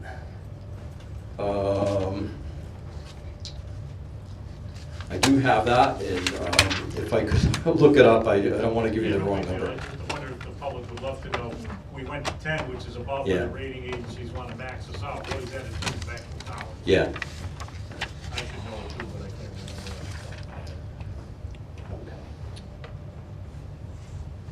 remember. Okay, I know this is a little hard to read, and it's a chart that I've traditionally developed when we're doing the capital budget each year. And left-hand column, I start with our existing debt that we have, and then the next two columns add in the debt from our current capital budget process, come up with a total projected debt. This is projecting debt out for 10 years. And then in column 4, you can see how we've earmarked our reserve funds to mitigate that debt service. Finally, in the right-hand column, general fund debt total, that's our debt going out forward. And I'm going to show that to you in a chart. So this is our last 10 years, what our debt was as a percentage of general fund balance, and you can see it's come down pretty regularly. You know, I think it was fortunate we did the water pollution control plant when we did, because it wasn't a time when our otherwise our debt was declining. But now you can see this is just based on not any schools or anything, but this is based on our most recent capital expenditure plan, where I project out debt for the next 10 years based on that level of capital funding needs over that 10-year period. So you can see it's getting a little over 8, and it's going to continue to go up because we're going to continue to bond. Even without the schools, you know, there's a lot of other things that we bond for, whether it's roads, sidewalks, bridges, fire trucks, all that other stuff doesn't go away. Do we have a sense of how much of that debt is bonded for school building projects? I do have the breakdown. I'm sure you do. 25 billion round numbers. 25 million. That's the total 5-year capital expenditure plan for the schools. Yeah. I don't know how much is incorporated in your. Yeah, but are you asking about the total debt or just the debt service I portion? guess the percentage of the town debt Yeah. going out. So you know what, I'm going to keep track of these questions, and I think maybe I can send out an email or something with the answers so that I get that right. Thanks. Okay. So this is kind of trying to incorporate everything. The blue is what we right now have as our outstanding debt. The gray is what we're projecting in our most recent capital expenditure budget. So this is taking us from 2018 out to 2031. So roughly the next little over 10 years. And then we assumed adding on $25 million bonds that's the green, yellow, and red, and you can see it's February 23, February 24, and February 25. Not sure why we went with those years, but I think when we did this summer, when we had our financial advisor out, and I think at that point we just kind of thought that that's probably when we would need to start funding something, and just to put, pen to paper, so to speak, and to just get an idea of where we stood. That red line going across is 10% of budget, and again, that's our policy. We're striving to stay within that.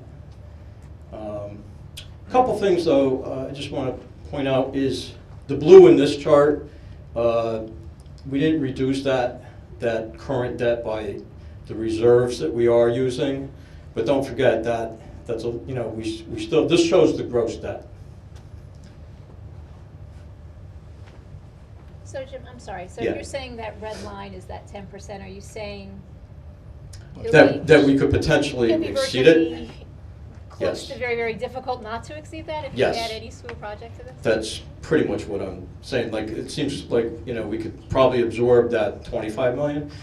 I will say too that, that's 25 million after grants, which, and Ben, correct me if I'm wrong, but I think right now it's, new construction is 35?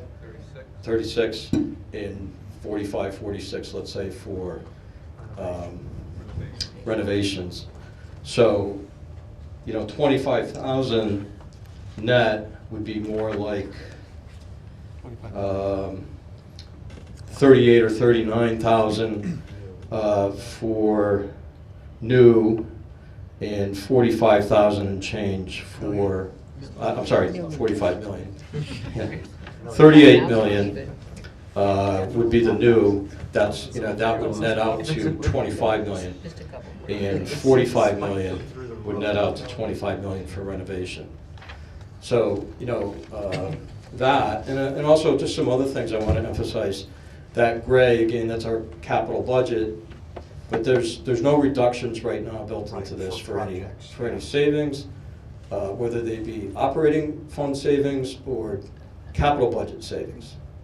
So that, there's no use of reserves in here too, but I didn't really want to skew that with. So you answered my question, that includes reimbursement based on certain percentages. But the green, yellow, and red are theoretical if there was $75 million worth of school construction projects. Yes. This is just and I guess this is an example. Do you have something that shows, or you can follow up at some point, I'm sure the committee will ask for this down the road, or actually more at town council, depending on what comes out of this committee. Because I thought I saw maybe a couple of years ago something where it showed kind of the impact of the taxpayer. Oh, okay. There was something that we did. Yeah, I know it's a few years ago. It's a little dated, but Yeah. it was a nice picture that showed if revenue. What the debt service addition would mean to the average taxpayer. Because to get 10% general fund, you're over, I would say, $138 million operating budget to get that red line in year 2031. Obviously, that fund's going up. Yeah. The revenue has to go up to pay for it. Right. Assuming things are stagnant with the state reimbursement. And I know we were looking at a bigger number back then, but just my recollection was that it was hundreds of dollars for the average taxpayer per year to absorb that additional debt. And again, I think we had higher numbers we were working with back then. Maybe it was like 100,000 or 111,000. A million. Again, I'm sorry. Million. 111,000. Yeah, well, there was there's something that showed, the full project and the middle school, but whatever the point is. Yeah. It showed a cumulative net effect on the taxpayer. Yeah. As different phases came online, it wasn't just $300 total after 20 years. It was an incremental buildup of compounding. Right. Something I think when we get closer to a plan, Yeah, and might be nice to see something that shows just what. Yeah, and I can even probably translate this into something like that. I just put it out there. Yeah. But again, it's just emphasis added that these $25 million, those are, the loan amount doesn't take into consideration that, we may have grants that will offset that, hopefully, and mitigate those amounts. And also doesn't take into consideration any potential savings that we might have projects in our capital expenditure plan that might go away as a result of this, or any operating budget savings, et cetera.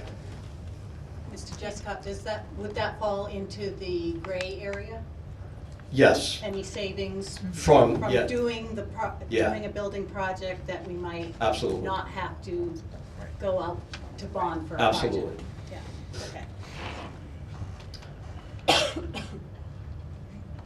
Okay, and this kind of basically just takes what we just looked at, instead of having multiple colors, it just shows the gross amount.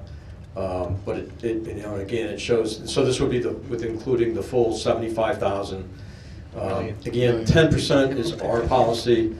8% is probably more of a target with our rating agency. So just. And this is something else that rating agencies typically take a look at too. It takes your overall debt. So let's say our total debt for the town is $100 million, it would divide it by the full value of our properties. So, not our assessed value, but our full value of town property. And again, the rating agencies like to see 3%, kind of a target on that. The blue kind of shows if, based on the 75 million, if we take that on, that we will exceed that. I can't stress enough that that isn't the only thing that rating agencies look at. And I think it's clear from, we've made significant strides in our fund balance policy over the years to get it up to, I think, a very good level. We've made a lot of progress here in town on funding our pensions. And we're now, I think, at a good point or a better point with that. We have great tax collection rate consistently, which ranks among the highest in Connecticut. We have a lot of good things when it goes to presenting our financials to the rating agency. So, if debt did exceed 8 or 10%, and we had enough other positive factors to promote, I think that's helpful. We also contribute to a capital non-recurring fund every year. I'd personally like to see a little more progress on that, but we are contributing monies on a cash basis to fund projects. And that's also something that we can promote when we go to the rating agencies, because that does have a direct effect on mitigating what we end up borrowing. Rich? Do we have projections on growth of the grand list, and how does that impact? Yeah, for these projections, we used 0.7%, I believe. And that's kind of what we've been averaging over probably the last decade or so. I know, we have some big buildings, as you know, in town just this past year that are coming on board, but you have to take that with a little bit of a grain of salt because of some of the incentives that will last for, I believe, 4 or 7 years, depending on what program they're in. But, there's hopeful for the future that our grand list will grow more and potentially be able to absorb a little bit more of this. I have one more question. Sure. So we know the target for the AAA rating, then what is the next threshold that we don't want to see from AA to single A? We don't want to go there. Right, we don't want to go there, so I want to know what that is. We're not going to get there. I think this has come up in some of the discussions, operating budget discussions especially, again, that there's a lot of pieces to this puzzle. If we build a new school, well, is that going to take something off the table, or can we close a school? Will create some efficiencies or something that might, help mitigate that, adding on that new school.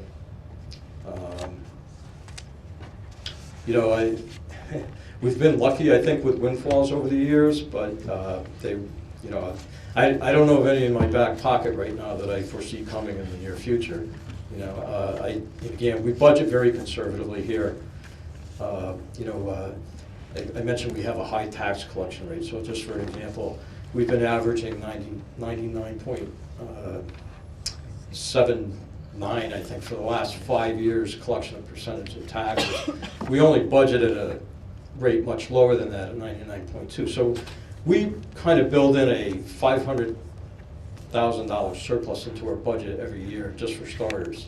And we've gotten lucky with state grants. Again, I think we've taken the high road and budgeted conservatively.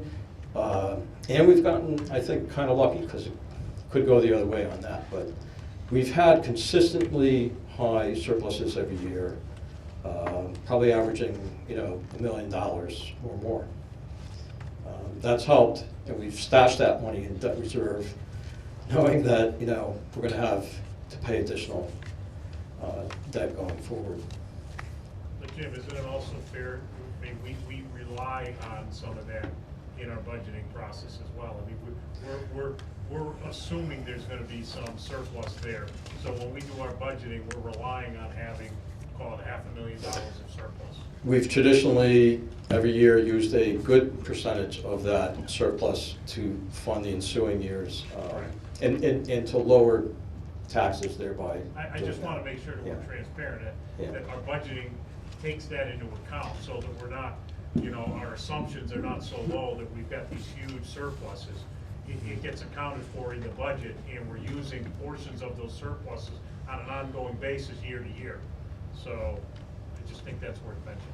Absolutely. So, I don't know if Any other questions from the committee? Is there a public question? I like it. Go ahead. So, Jim, on a realistic. I'm sorry, could you just state your name and sure. address? Doug Noble, 30 Jesse Court. And can you repeat that when you have the microphone, please? Doug Noble, 30 Jesse Court. So my question is, Jim, what is the consensus on a budgetary, what can we actually handle a year? Have you done any number crunching? Is it like $10 or $12 million a year not to go over the AAA rating? And also, is it more beneficial if we are going to go over, you know, maybe get dropped down a little bit? Is it more beneficial to take more bonds now to fund, you know, in the future, so that way if the rates go up, we don't have to pay that, you know, larger interest rate? Sorry to throw that out. Yeah, no. Well, again, just looking at this graph, we were looking at, you know, adding that at $25 million increments, and again, that's the 10%. That's our internal policy. How much, you know, more or less we can afford. You know, I often wonder, just as an example, if maybe we should be budgeting some contributions to a debt reserve fund in the short term, just to, you know, mitigate increases in the future. And, you know, even if we don't decide on a school plan, maybe that's something we should at least give some thought to. But no, I haven't done any. Can we sell back some of the higher interest rate bonds and borrow lower, and then? But again, I thought that potential was going to go away. We had a really good run with that for over a decade with the declining interest rates, and then they started going back up. But they have been going down recently, and I do hope that there's some more potential for that. That's where a lot of that found money came from, as you were talking about earlier on the refinance. We got some windfalls. Higher rate stuff and lower. Somewhere down the road in this process, we would hope to have, work with you to have some kind of extrapolation of, based on the different options we might be looking at, what the impact would be to our taxpayers, as well as what the impact would be Yeah, for and, debt and service again, and it's that. all about I know when it's you not an bond, exact and science. you know, I just want to mention too, the interest rates go up and down. When we added these $25 million increments, we assumed 3% for 2023, 3.25% for 24, and 3.5% for the 25 issue. But my point being is, when we went out, I think a year ago, we were at about 2.6 or 7, somewhere in that range, which historically is probably as pretty low as we've ever had.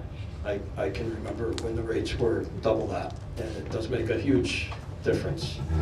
So something to be said too, to take advantage of, you know, the lower interest rate environment while it's here, because, you know, who knows how that's going to play out too, or, you know, it will have an impact.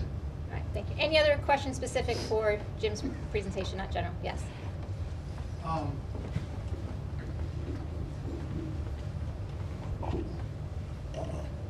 Adam Grippo, 1068 Avon Boulevard. He can't make a comment. He can't make a comment. Can you ask a question? Where's Arnett? He can't. He can't. You can ask a question. Ask a question. As a member of public, it's a public meeting. You're representing You can sit in the audience and ask questions later. Yes, I am. Then go for it.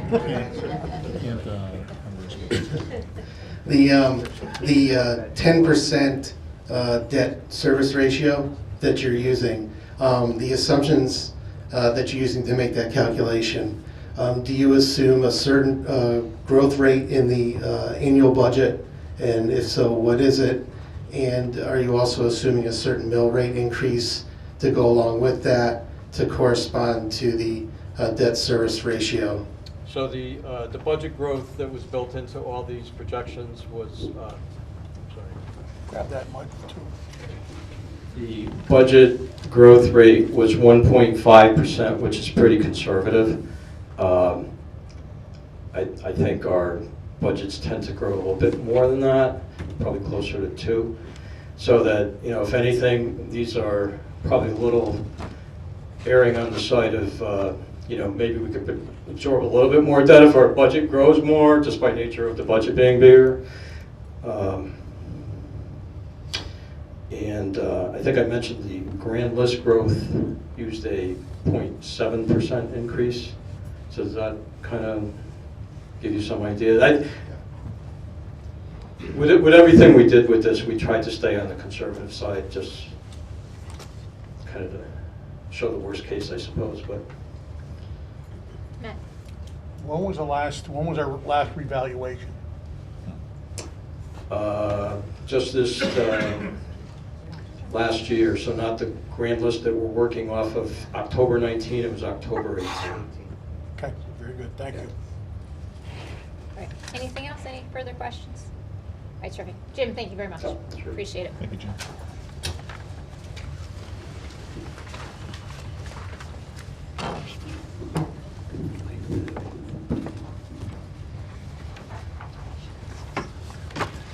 Okay. Remaining items are a little bit quicker. Promise. Maybe not 100%, but a little bit better. All right, in the packet, one of the things that we wanted to accomplish tonight, and it's in your packet, I've come up with an initial list of, sorry.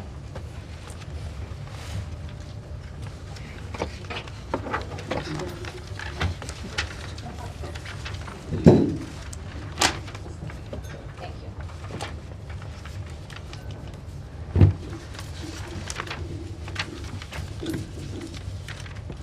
Okay, in your packet, there's just a list of initial subcommittee groups that I'd like us to talk about tonight, and then certainly get any input for additional groups. The thinking with the groups that are listed here are these are subcommittees where we have immediate work to be done. It's not going to be the end-all and be-all of our subcommittees. I'm sure we will have more to add as the process moves forward, but these are 3 recommended subcommittees where I think we can dig in right now and start getting work done. So the first one is for the RFP. Fairly obvious to get a small group subcommittee together to work with Finn and appropriate staff, legal, to get the RFP written for an owner's rep to work with us. Again, that full RFP would come before this committee for review and comments, but just have a smaller group to actually work on that and then possibly even help with the facilitation of weeding submissions down and so forth. So that's an immediate need that we have, and we'd like to have a group do that. Out of town, out of district tours and learnings, we've talked about this. In further thinking, I know at our last meeting we talked about the benefits of having some consistency with who's going out and visiting other schools. So I think if there is a subcommittee that we can put together of folks around this table that possibly have some flexibility in schedules, in your work schedules, that would allow these school visits to happen, because they're most likely going to happen during the day when districts are willing to host us.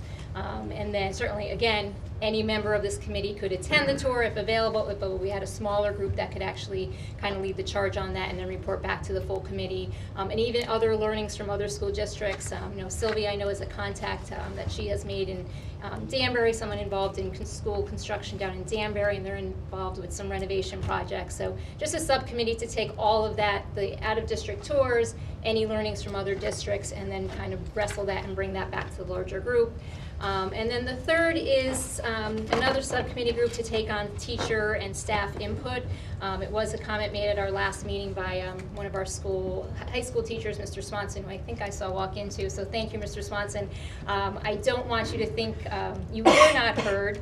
We are looking to get this full committee out to all of our schools. I think it's really important that we all go out to our own schools. So that's why we have had are planning to do meetings at the schools.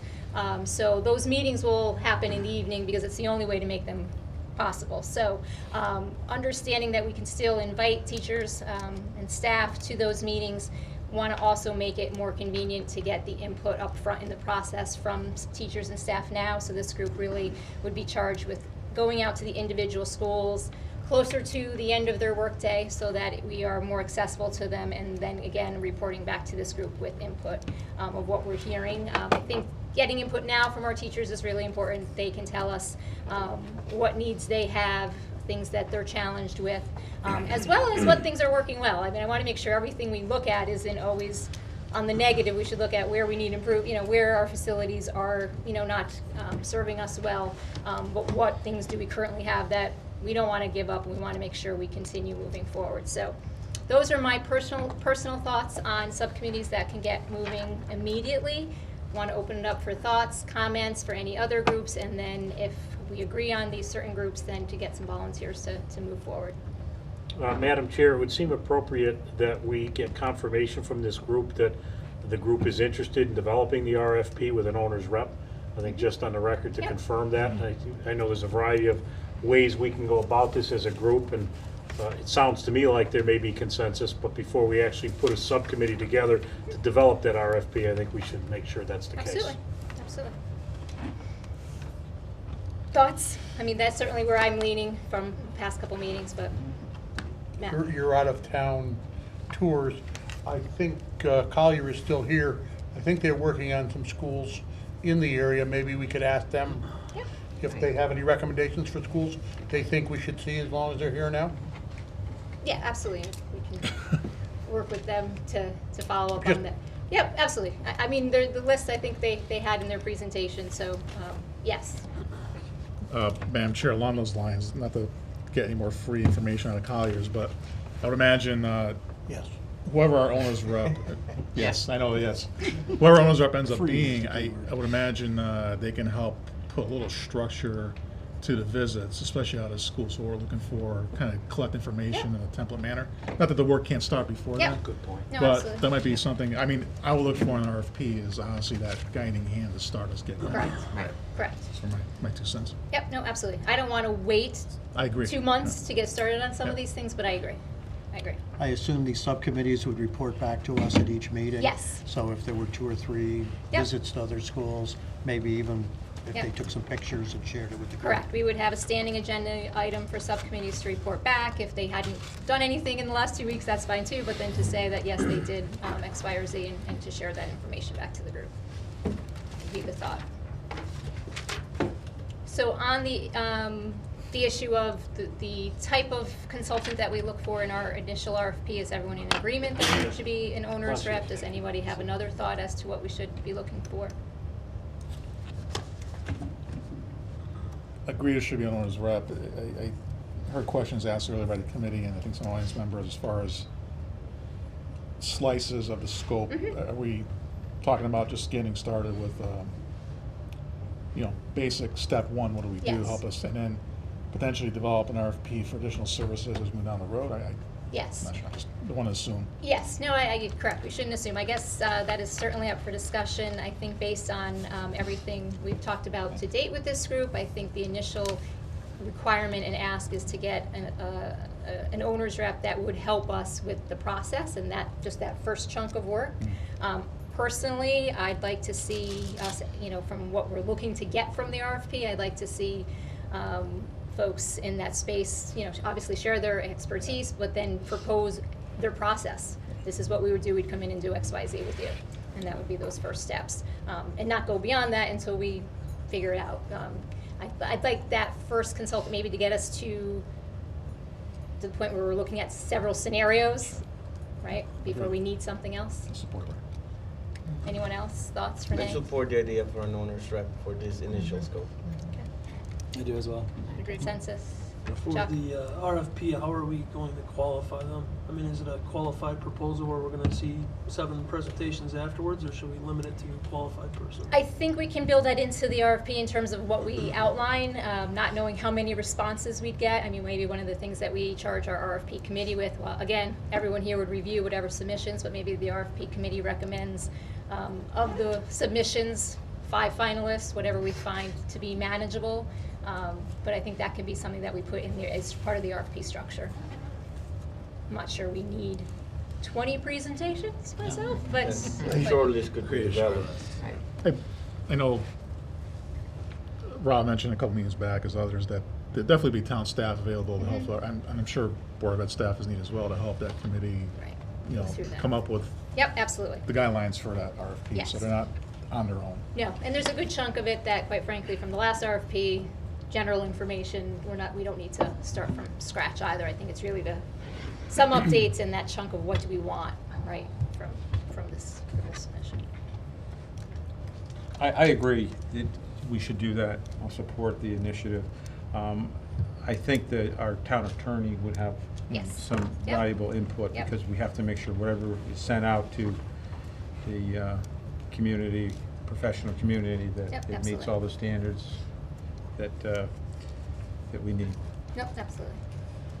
Do we have any volunteers to be on the RFP subcommittee? Renee, I know you want to. Andrew? Is there a number of people that you're looking to be on that, on a committee, or does it not make a difference? I don't have any set expectation. I think for the RFP committee, it's probably one of our smaller subcommittees, quite frankly. I would I like would to be think involved 3. in the RFP. Chuck? if I could. 3. Chuck? There we got it. 1, 2, 3. I think that's a good number.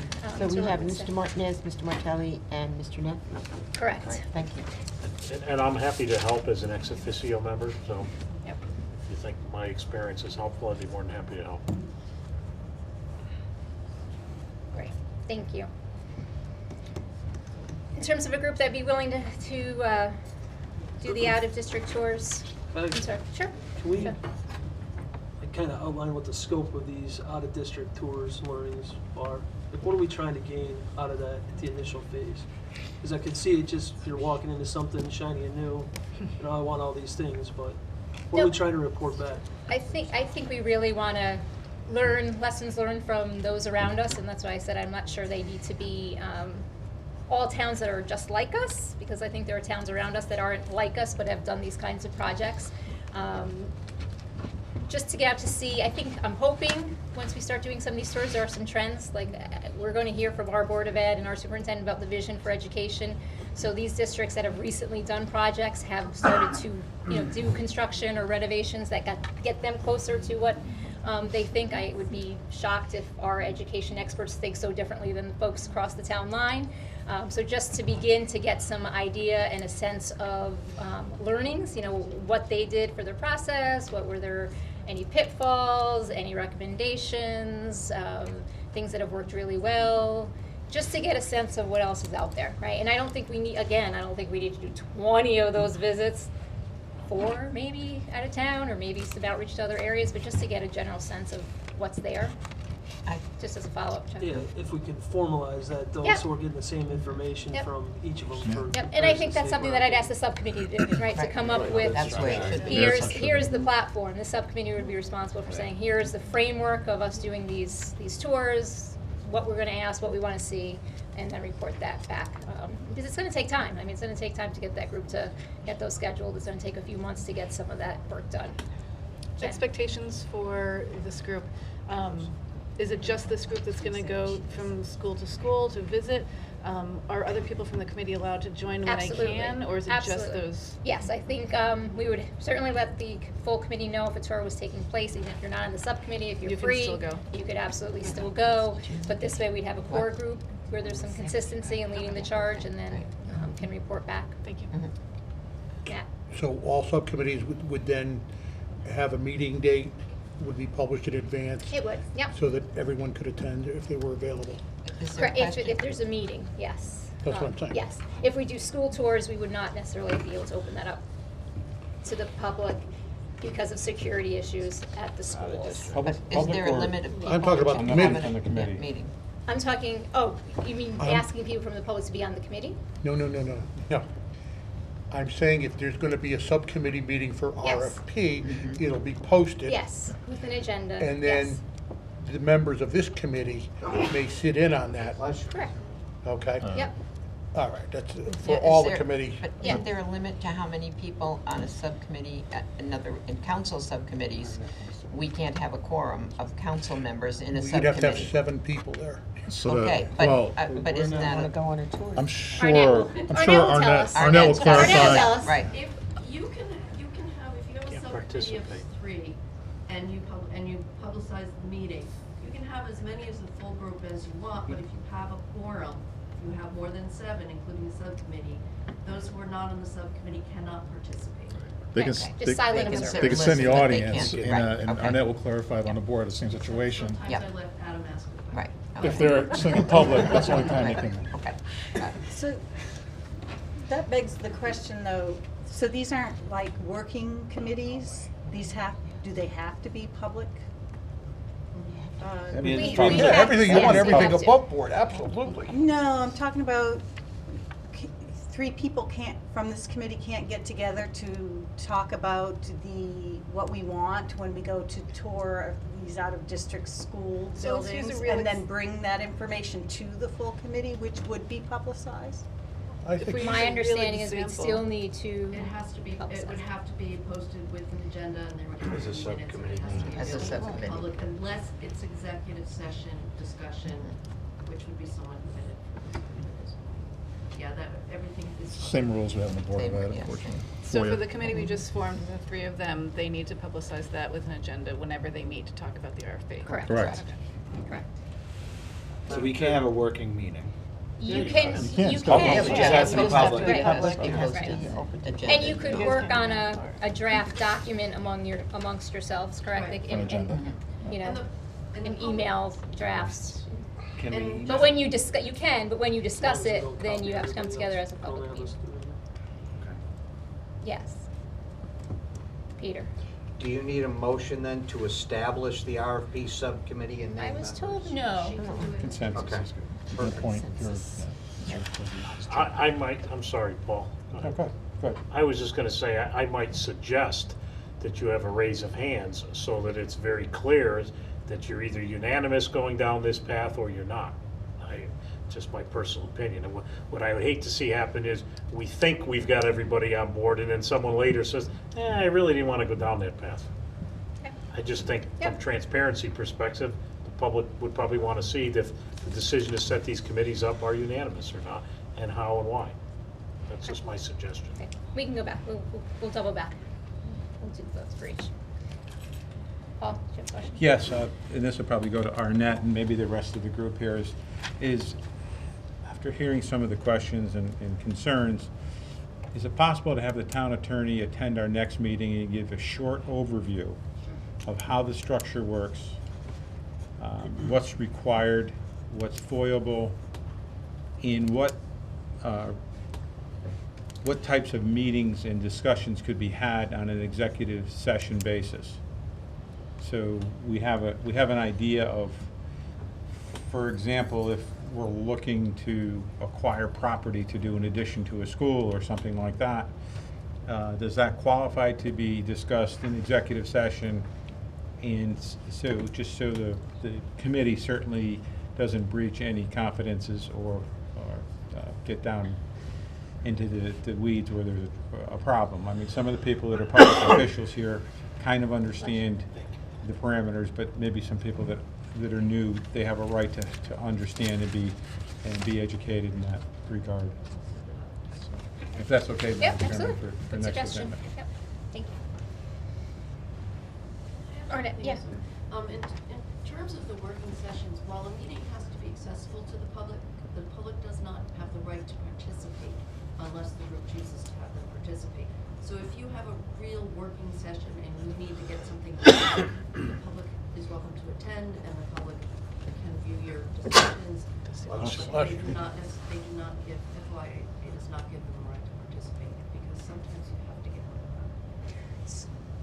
on the So I'm still confused as to, so how much of that work can be done just by sending email between the three people? It's a meeting.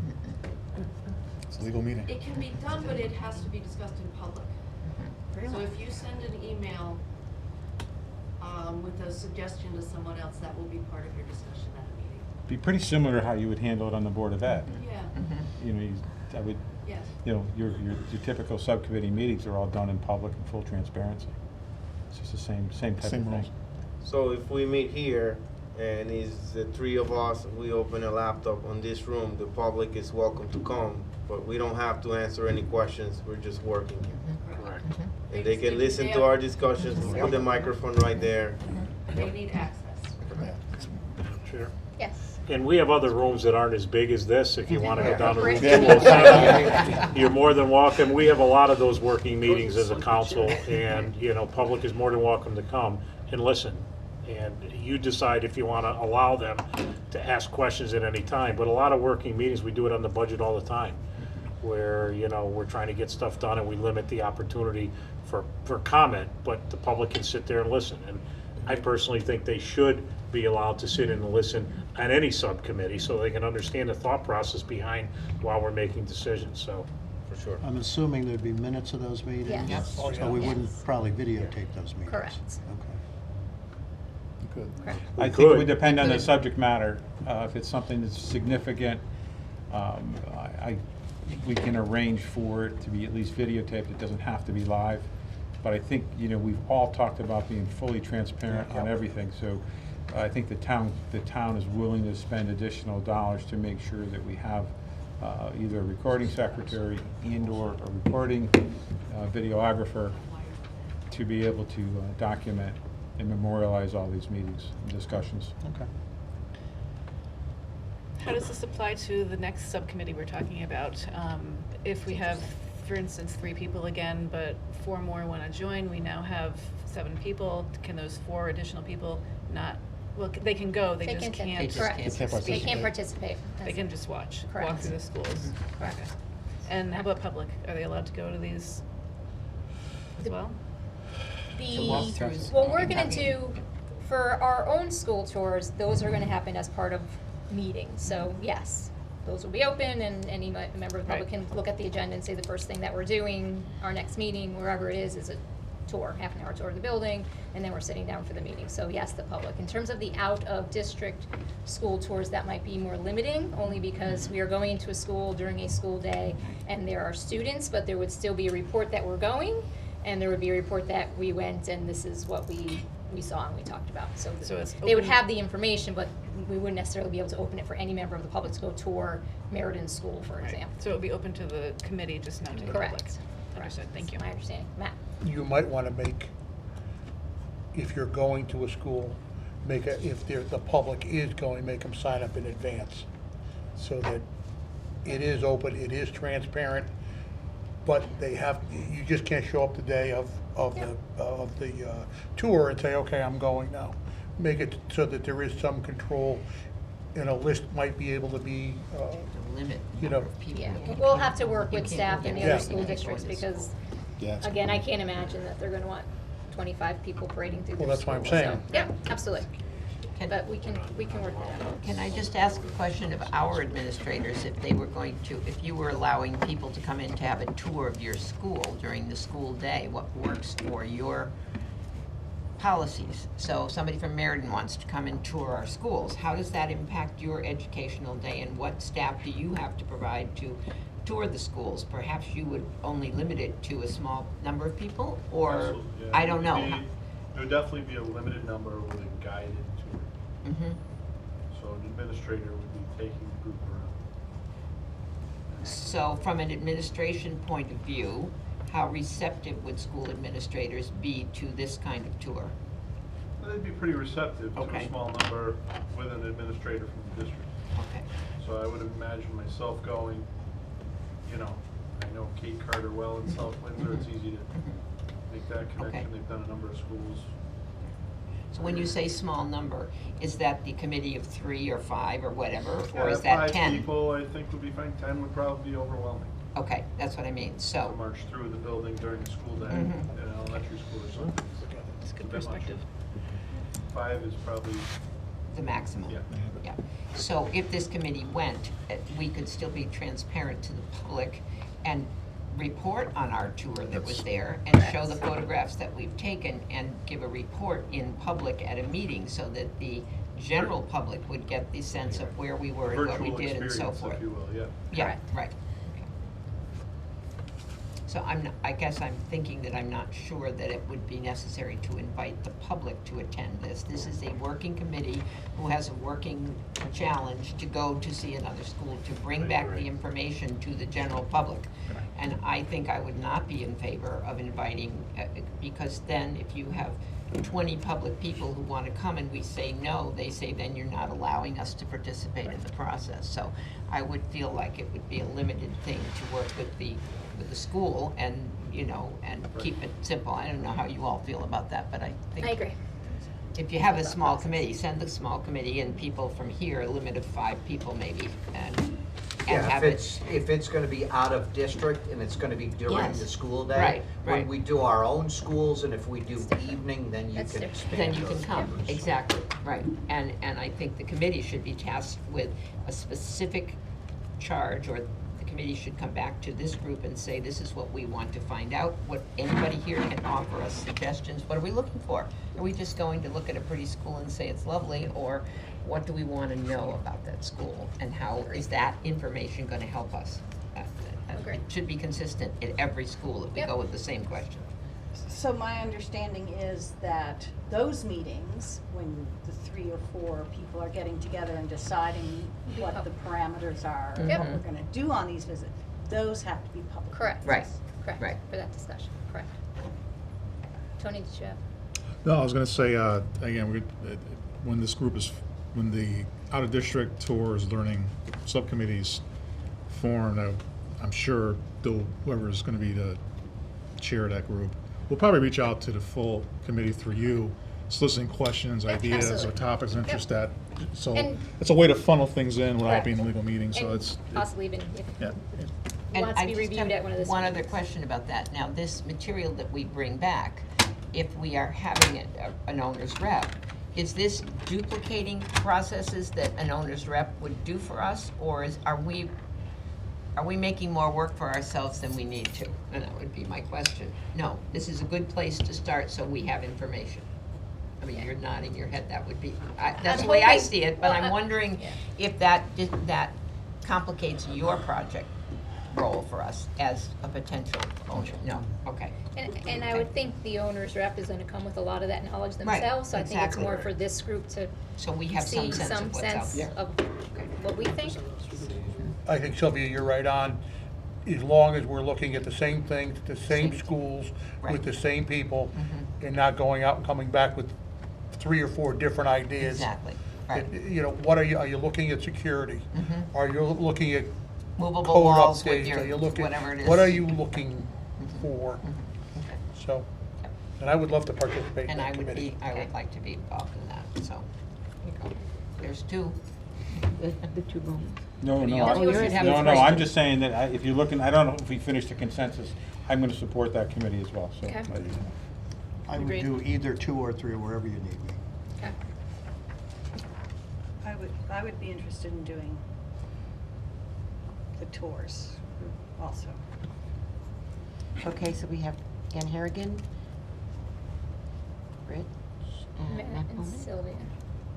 Yeah, it's okay. and you 2. Yeah. So that's already 4. 4. Want to do one more, make it odd, or keep it to 3? 4. Oh, who are the 4? Why not? Your votes. Ann Harrigan. No, I got a different. Are you interested in that? I said I would do either 2 or 3, Oh, depending okay, on so- what the chairman. I can put myself wherever we need a body on either one of those 2, so. So we'll do Harrigan, Matt Bowman, and Sylvia Nichols for the out-of-district tour subcommittee. Is that correct? Okay. And Rich, I actually And think Rich, we it'd be could have 4. beneficial for you, since Okay, you've done. That's fine, as I said, either one. So we could also call in one of our staff, school staff people. Absolutely. Well, I mean, it would be stupid not to ask Jeff. yes, but- absolutely. Well, Jeff just said he would like to attend them. Yeah. Yeah, So. and they will be setting those up for you, so Yeah. yes, absolutely. All right, and then the third recommendation was to do another subcommittee that would visit our own schools shortly after the end of their natural school day to get teacher and staff input. Again, same thing, it'd be up to the subcommittee to kind of outline the things that we want to hear and solicit from the group. Obviously, it'll be different in every stage, but just generally, you know, what their thoughts were, some of their challenges from a facility standpoint, some of the things that they'd like to see to help in their tasks and their job. And again, scheduling those at times that are going to work for our teachers and staff. Yeah, I would also add that what a committee is to also look at the programming that's going on there too. I will Yep. tell you, I spent the morning with Tracy Hussey at Huntington Schools, the principal there. I was on the board of liaison, and there was a beginning of school morning, and be able to see, talk to the kids, and it kind of shows you why the facilities are desperately outdated to the point where they couldn't hang a TV on the wall because the concrete was crumbling because it's so old. What they're able to do, so it put in perspective some of them. So I would encourage the committee to look beyond just the walls. Yep, absolutely. See what's working there.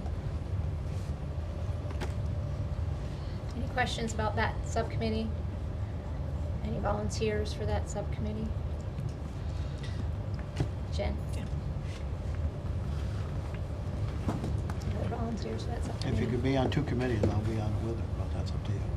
I don't know if there's any rules against that. Eventually, most of us are going to be on more than one subcommittee. I can put myself on that as well to get another body on that. You could probably open that up if it's local and it's going to be after hours.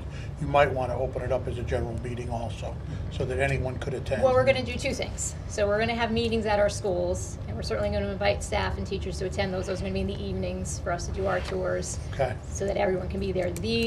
This subcommittee, the idea would be that they go during the day, right at the end of the school day, so that we're catching our teachers, so that they don't have to come back at 7 o'clock at night. Our staff doesn't have to come back.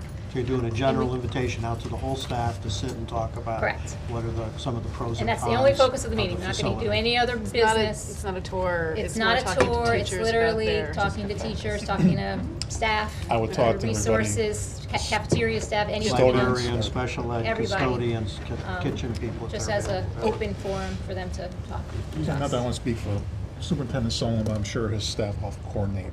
I'm sure Getting they the will. word out. Yeah. With all of these things, quite frankly, we're assuming that we have staff sports coordinate all of these things, so. You will. So appreciate that.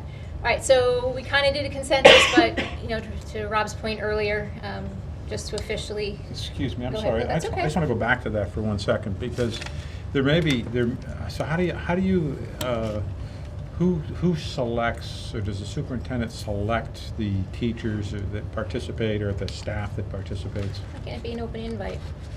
We only do one school at a time, just say Yeah. that members of the, School Modernization Committee are coming the afternoon of X, at X time, we're gonna meet in the CAF, the library, wherever, and why can't, if we get 100 teachers, that's not a So, bad thing, I guess. I guess my point being that, would some staff be apprehensive to speak in front of their bosses, so to Yes. speak, and to have real, real frank discussion on whatever issue there is or whatever their concerns are? That's my only That's a good point. concern. Unless it's not open to administration. I'm sorry? Unless it's not open to the school Well, I administration. think it's good that they coordinate it, but unless that's a bad idea, Jeff, I'm not sure I can see your look there, you're kind of. Yeah, I think, everybody has opinions Mhm. on facilities, and administrators have strong opinions about their facilities too, good and Mhm. bad. So, I think absolutely teacher input is critical, but so is administrator, custodian, other people that experience our building, our cafeteria staff, our IAs. So I would keep it pretty open, and these are opinions people can share. My experience they- as a It's not an principal is that, evaluation of the principal. right, Right. that people would not be shy to stand up and say, as a special ed teacher, here's an issue that I have in my facility. You know, the great thing about our school district is, I don't think any staff is shy about telling you an opportunity or an issue of the board. But I will say, the last facility master plan, it's now over 2 years old. I think when the focus groups were being done, I recall at the time, I was being reached out by some staff that didn't want to talk in front of the group. You know, not because they didn't trust administration or someone in the room, they didn't want to offend somebody. You know, if they were going to talk about long wait times, the cafeteria line causing students to be late to class, they didn't want to talk and offend the cafeteria workers. So there might be an opportunity for this committee, maybe individually, to hear outside of the group. Or to create a survey, you know, a survey. Yeah, but even the Solicit survey, you know, anonymous people, questions. but even during the survey, you know, whether it's anonymous or not, people, the point is, I think you'll get a good turnout, but you have to expect there'll be some, hopefully a small population that are just not comfortable in that situation. Yeah. It happens, but I don't think it's the majority. It does happen, and it's probably not a majority, but I think that their voices should be heard. Agreed. And I think that people need to not fear retribution or concern or angst over sharing, you know, an opinion. Or if they can't make it that day or whatever. Yeah, we'll look to see if there's a way, either for someone who either is not comfortable or just can't make the date, that they can reach out to an email or what have you for something. Even a meaningful So- survey Yep. with meaningful questions might help down the road if that's what the committee chooses to do. Yep. And our owner's rep might have some ideas whenever that's selected. Have the subcommittee come up with the questions they feel should be asked. Absolutely.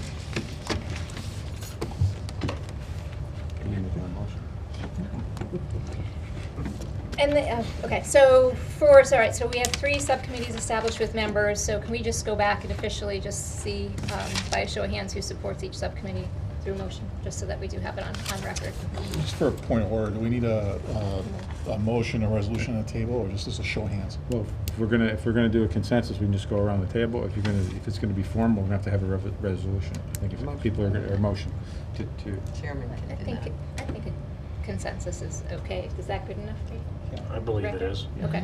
That- So- That's why I said I just- support yeah, all. Yeah, support I them just all. think it's important that the Yep. public understands who supports doing a referendum for an owner's rep versus pursuing some other option. I just think that's an important component for everyone to publicly say where they stand. Yeah. Yes. Right, so you can, Paul said he supported. I agree. Renee? yeah. Support. Support. The owner's rep, Is this the the specific RFP, specifically for owner's the rep? owner's rep. I support that. I as well. Support. Support it. I support it. I support it. Yes. I support it, and I think we can lump the other 2 subcommittees together unless someone disagrees. I support them both. Ditto. I support them both. I support both. Oh, yeah. No, we did the That RFP was- separately, Oh, that's this one is that's me. more. Two now. Oh. Well, technically, we didn't support the formation of the committee. We supported that we were going to go out for an RFP for an owner's, Okay. Correct. whatever. I That's- can't And remember. the formation of a And the subcommittee. they formation. put Yeah, together I don't agree with a- that. What the group said is they're comfortable forming a subcommittee to pursue the RFP for an owner's rep. So I think it's all rolled into one as I see it. I do too. I support Kind of easier all just do a 3. motion. I support all 3. I support all 3 as I well. support all 3. Yeah, I support them all. Support. I support them all too. I Excellent. just want to I be sure support the them, I don't last, get a vote. the last 2 are really important to, to be open. Absolutely. They really need to be Absolutely. absolutely Yep. open. Absolutely, and I will reach out to each of these subcommittees just to get some alignment, and we have staff support to help set up meetings and locations. Look for someone to be a point person on lead each of those subcommittees, so we can get that rolling. I do think it'll be good to get some of that work moving forward. And it's not a subcommittee, but maybe a request for some of our, for our council representatives here and our Board of Ed reps here. I'd love for there to be a volunteer from each of those groups to serve as a liaison between this committee and their respective boards and councils to provide updates in between any formal committee updates that go before the town council. I imagine this topic may come up at a Board of Ed meeting, and some We of it have could a be- standard- You get minutes of every committee They do. meeting, don't you? If they're At the available town to council? everyone. You're probably gonna talk about this under communications. This is a committee of the council. Yeah. So you would get the minutes, every council member would get the minutes of this meeting, correct? Correct. Okay. I would imagine, No. Yeah, in our packet. Oh, in your. when you Council, get the not minutes. council member. You asked if council members got it. Town council members. I asked if this is a committee of the council, which it is, would each town council member get the minutes of our meetings? Yes, in the packet. And it's yes. Maryland doesn't, I think what Maryland said is she doesn't send them to the council. Right, But right, they right. will be part of the council. That's Our right. packets. Right. On the Board of Ed side, I'm not sure if it'll be part of council packet, but the full board will get the minutes as they're made available to the public, as well as the agendas, and there's a, we're gonna be modifying our Board of Ed agenda soon, but there will be a standing committee report that one of the 3 members here can certainly give an update, and I speak for the whole board. We'd welcome anyone that wants to come to, especially you, Anne Marie, if you want to come to our Yep. meetings with an update when we're ready, but we'll make sure that everybody's. Yep, and I'd be happy to do that as well, but just, Yeah, the we'll get there. interim steps of just, this is what we're headed, this is what we're doing. All right, terrific, thank you. All right, we're gonna breeze through the rest of our agenda, I promise. Discussion regarding school visits. So we talked about the out-of-district school visits, so we're gonna leave that to the subcommittee to kind of work through with the staff. Vin has done some preliminary research on having some meetings and locations for schools within the district. So Vin, I guess, are these just dates that currently work for each of the schools for our upcoming meetings? Yes, so, and what I would suggest is, the next meeting is next Wednesday, January 15th. That is correct, the third Wednesday is next week, right? So we could do it at Dodd Middle School in the cafeteria, the meeting, do the tour as the first item on the agenda. Yep. And then, meet in the cafeteria, we'll have a setup similar to this. The only thing I didn't check is to see if we have our recording artist, Mike Salamini, Okay, available. to Okay. videotape that, so I didn't check that, but you're good, Mike's good, so. I'm if that sorry, I works, we'll missed just- part of what Vin When's said. that? He's checking into whether it would be at No, Dodd? it'll be at Dodd, I just was wondering. just checking in terms of January 15th at recording. Dodd, and there's a question about Videotaping. video. Video. At Mike Salamini 7 said o'clock. he's available, Yes. so it won't be broadcast live, it'll be videotaped, the meeting. Okay. So if that works for everyone, then we'll just set the agenda to be held at Dodd at 7 next Wednesday. And then we can Whatever the just rest look of at the the rest of the dates and make sure. The schedule we have is Dodd, Chapman, Cheshire High School, Highland, Norton, Doolittle, Darcy, Thomaston, and that takes us through May 4th. Yep. So I know we also, because Jen is also the PTO president at Dodd, that there is a PTO meeting there that night. There's a PTA meeting that night on January 15th at 7 o'clock. So I don't know if, Doesn't have to be moved, we'll just Okay. try and be discreet when we go through the well, we're in the library. library, yeah. You're in a different part of the building. You guys can say hi as well. And you don't need the tour because you're there all the time. So that's okay. All right. Great, so we'll check as long as we can record it. That will be the plans What when the time will that agenda. meeting start? 7 o'clock. 7 just- So the We will start the tour will be tour at at 7, and then we'll just move from the tour into what the rest of our agenda is. Great. Okay, perfect, thank you, Ben, appreciate it. I'm sorry, the tour is at what? 7, 7 o'clock, Wednesday, the 15th.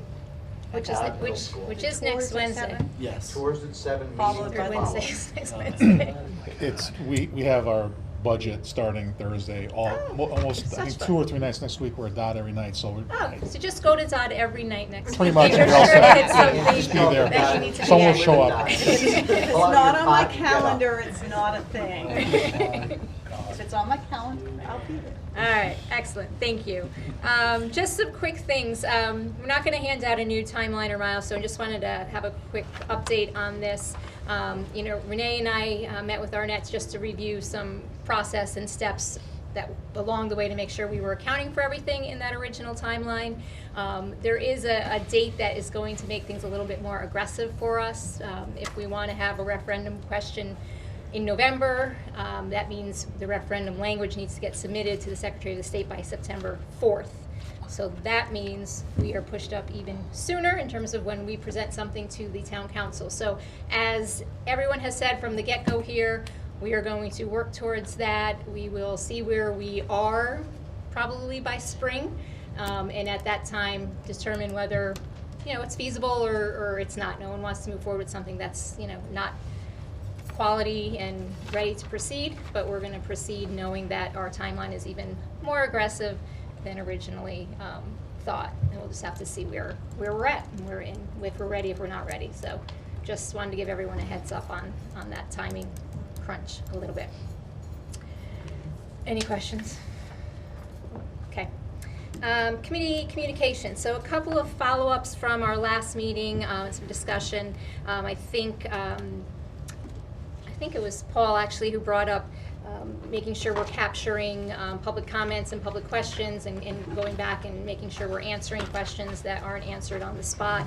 So we are going to keep a running document of those items. Jen Bates has agreed to do that for us after each of the meetings. We'll share that document moving forward as part of our packets, and then we will just to have it in one spot, and I will put it upon myself to make sure that I review them periodically to make sure that if there have been questions that have not been answered by the group, that we will answer them and keep that. And if there's questions and answers that we feel need to be put out in a broader way, we can do that as well. Just on correspondence, how do you prefer to receive questions from the public? I got an email today from a parent who couldn't be here who had illness but has some ideas for the committee. Okay. Got the permission to forward it at least to you, Yep. which you can share. Is the preferred path is if someone watches the meeting tonight and they have a question, wants to send an email, what's the best way to collect that? Just put it out there. I don't have the answer. Yeah, I don't have an answer. I mean, I certainly have no issue with folks emailing me. I don't know if Or you it'd be want to easier to go send it. through our net I was if gonna it's say. public emails, just because, and then she can forward them to me. I can keep track. I know Okay. she's doing that already. Your next packet as Yeah, well. okay. Great. And I That can would, distribute it. that'd probably be easiest. Because our net doesn't have much to do. Yeah, she doesn't have anything else to do. It is It was easier when Paul had his surgery. Is it possible at all to memorialize all these questions and so someone in 6 months can review the questions and the Yep, answers? that's what Jen's doing. But I'm talking about on our website or in a public It's on the hearing. website. Yeah, Yeah. So our net will put it up then, okay, good. yeah, absolutely. And I started with what Renee created. There was one question asked in the first meeting that wasn't captured, so I added that in. Good. And it was answered during That the meeting. night? Yeah, Yeah. so I just put the question in there and the answer, so.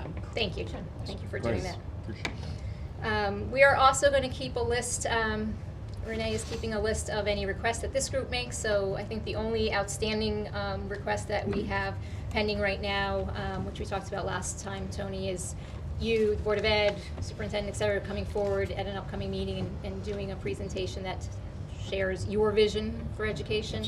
I know you wanted to take a look at timing, but we can have that maybe in February, early February, or Yeah, I whenever think you that- think you're ready. But I think that's important. Yeah, probably over the superintendent, probably mid-February because the budget process, some other things. And we also have 3 new board members. We've been working very hard. Right, yep. A 4th one, Adam, the plan was done before he came on board. He has some ideas. And, as well as the rest of us. So we want to have a chance to talk amongst ourselves, Yep. give input. But I would work with superintendent, do something in February. We'll work with you on timing. Perfect. Just some of the questions that I had initially at the first Yep. couple of meetings. I'm still waiting for some of that information. Vin, when do you think you'll have that for me? 15. In all those spreadsheets, all those questions were answered? Yeah. Say that again? I looked at it. They were all answered. They look pretty thorough. Some of the things you told me you were gonna get me, some of the things were not answered. You said you'd get them. So if you could go back and check and see what you haven't answered, I would appreciate it. Some of the budget question. Well, there were questions about, total salaries of teachers per school. Yeah, those are the budget questions. Yeah. There was just one. There was a lot. There was electricity per school. I was just saying, fuel per those school. seem more appropriate than salaries to me, only because. If you need, I'm trying to I know. get the information on a per pupil cost per school, and that's the only way I can do it, so I would appreciate the cooperation with that. Thank you. Absolutely. I would. It's In not a ter- left or right. Because our net is very busy, in terms of communication with staff, certainly if this group has questions, if you want to send them to me so that 12 of us, 13 of us Absolutely. aren't Yeah, sending them to our net, Yeah. I'm sure she would appreciate that. Certainly, there will be opportunity probably times when a subcommittee may need to have some direct contact, but that, that is a little more limited, but certainly if we can streamline that.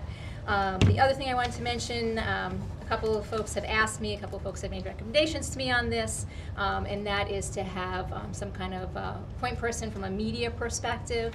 I will tell you that I certainly, as chair, don't have a problem doing that if that's the way the group wants to do it. I also don't have a problem with someone else around this table being designated as a point person for press.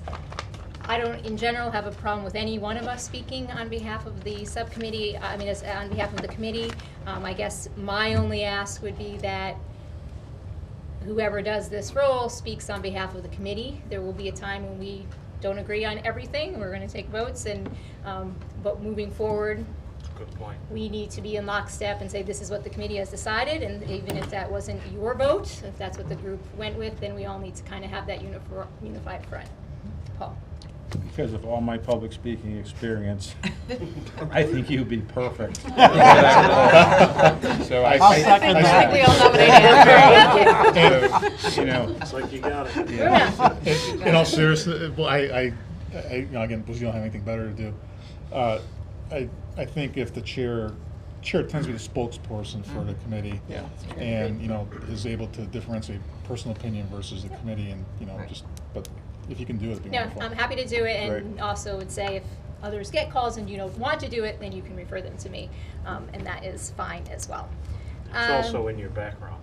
It's in my Yeah, background. it's nice. Although I'm used to telling people like Paul what to say. I'm like behind How'd the that work scenes. for you? Yeah, if that worked, let me know We the did a trick. couple takes. It was fine. Couple. It was fine.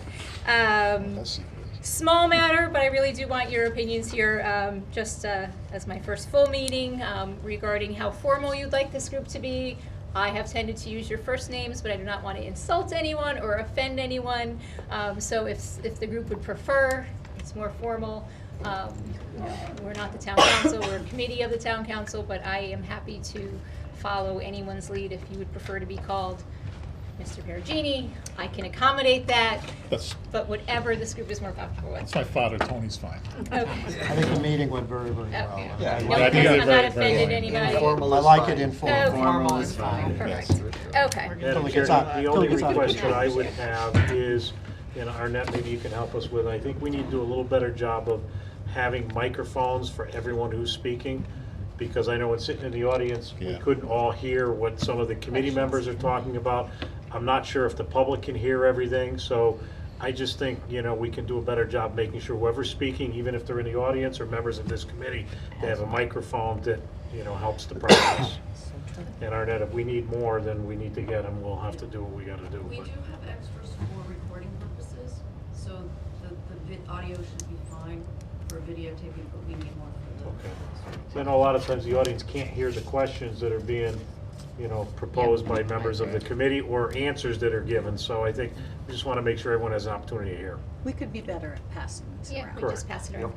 Matt? There are, Hold I on. believe. Hold on. I don't need, I certainly don't need this. Oh, no. There are 11 chairs up there with microphones at all of them. I don't see with squeezing 2 more chairs in for 13 that we could sit up there and everyone could be heard at that point, and anyone addressing us could then go to the podium. Okay. I like the table, that I can I do see too. everybody and have a conversation. I do think, obviously, we want everyone to hear us, but I prefer it personally, but we'll have to see what we can get to work. The only recommendation I would make is maybe to move the tables this way, so you don't have half of the group with their back to the audience. And This is, maybe yeah, not this the is, usual. Yep. We can make a U shape, right? Something, Leave this yeah, open that's, and- yeah. I we'll be think, moving I think the downstairs, goal perhaps. is to move this committee down to 207. Now, the new table is there, we don't have the audio and video, but I think eventually we're. Today. But we're gonna be out at our Okay. schools the next few meetings, most likely, Right. so by the time Right. we get back, we'll Yeah, maybe it'll be be in ready, 207. so, yeah. This committee's going on the road. Okay, any public comments or correspondence? It's next on our agenda. Anybody left, public comments or correspondence? George? Comments? We wore them all. Still here, that's awesome. Thank you, everyone, for still being here. Any outstanding questions of this group that was not covered already? Just my question I ask every Our meeting. 13th member Yep. status. That was in the minutes from the last meeting. Yeah, but We was that didn't person pick one. selected? No. No, Right. well, the group met, and there were 3 Yep. alternates that were selected originally, and the group was split between 2 people as to who to recommend. So the group had asked me to reach out to the 2 individuals that were finalists again and see if they were both interested. I did confirm to the group today that both of those individuals are interested in being added to the mix. So that selection group has to now make a decision Okay. and pass to the council. Will And that then be done I'm by the hoping at the next- next council Which meeting, can we be will done, add yeah, that which person. can be done 14th. And when is the next meeting? 14th. 14th. So preferably want that 14th decision. for for council. council to be expedient. So, Yes. so can we all hang out here? Correct, The I next think 10 that's a good minutes? idea. Okay, For good. what? For that other group, Selection not. committee. hang out. Council and BOE. Get back. So we're gonna have a meeting after this meeting?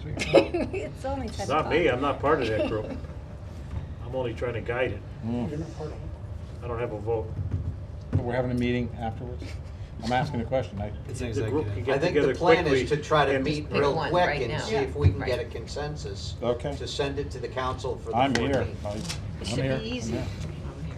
All right, is there any other comments, outstanding questions of this group? All right, thank you, everyone. I know it was long. Motion to Would you adjourn. Thank you. Motion to adjourn. So moved. All in favor? Aye. Yes.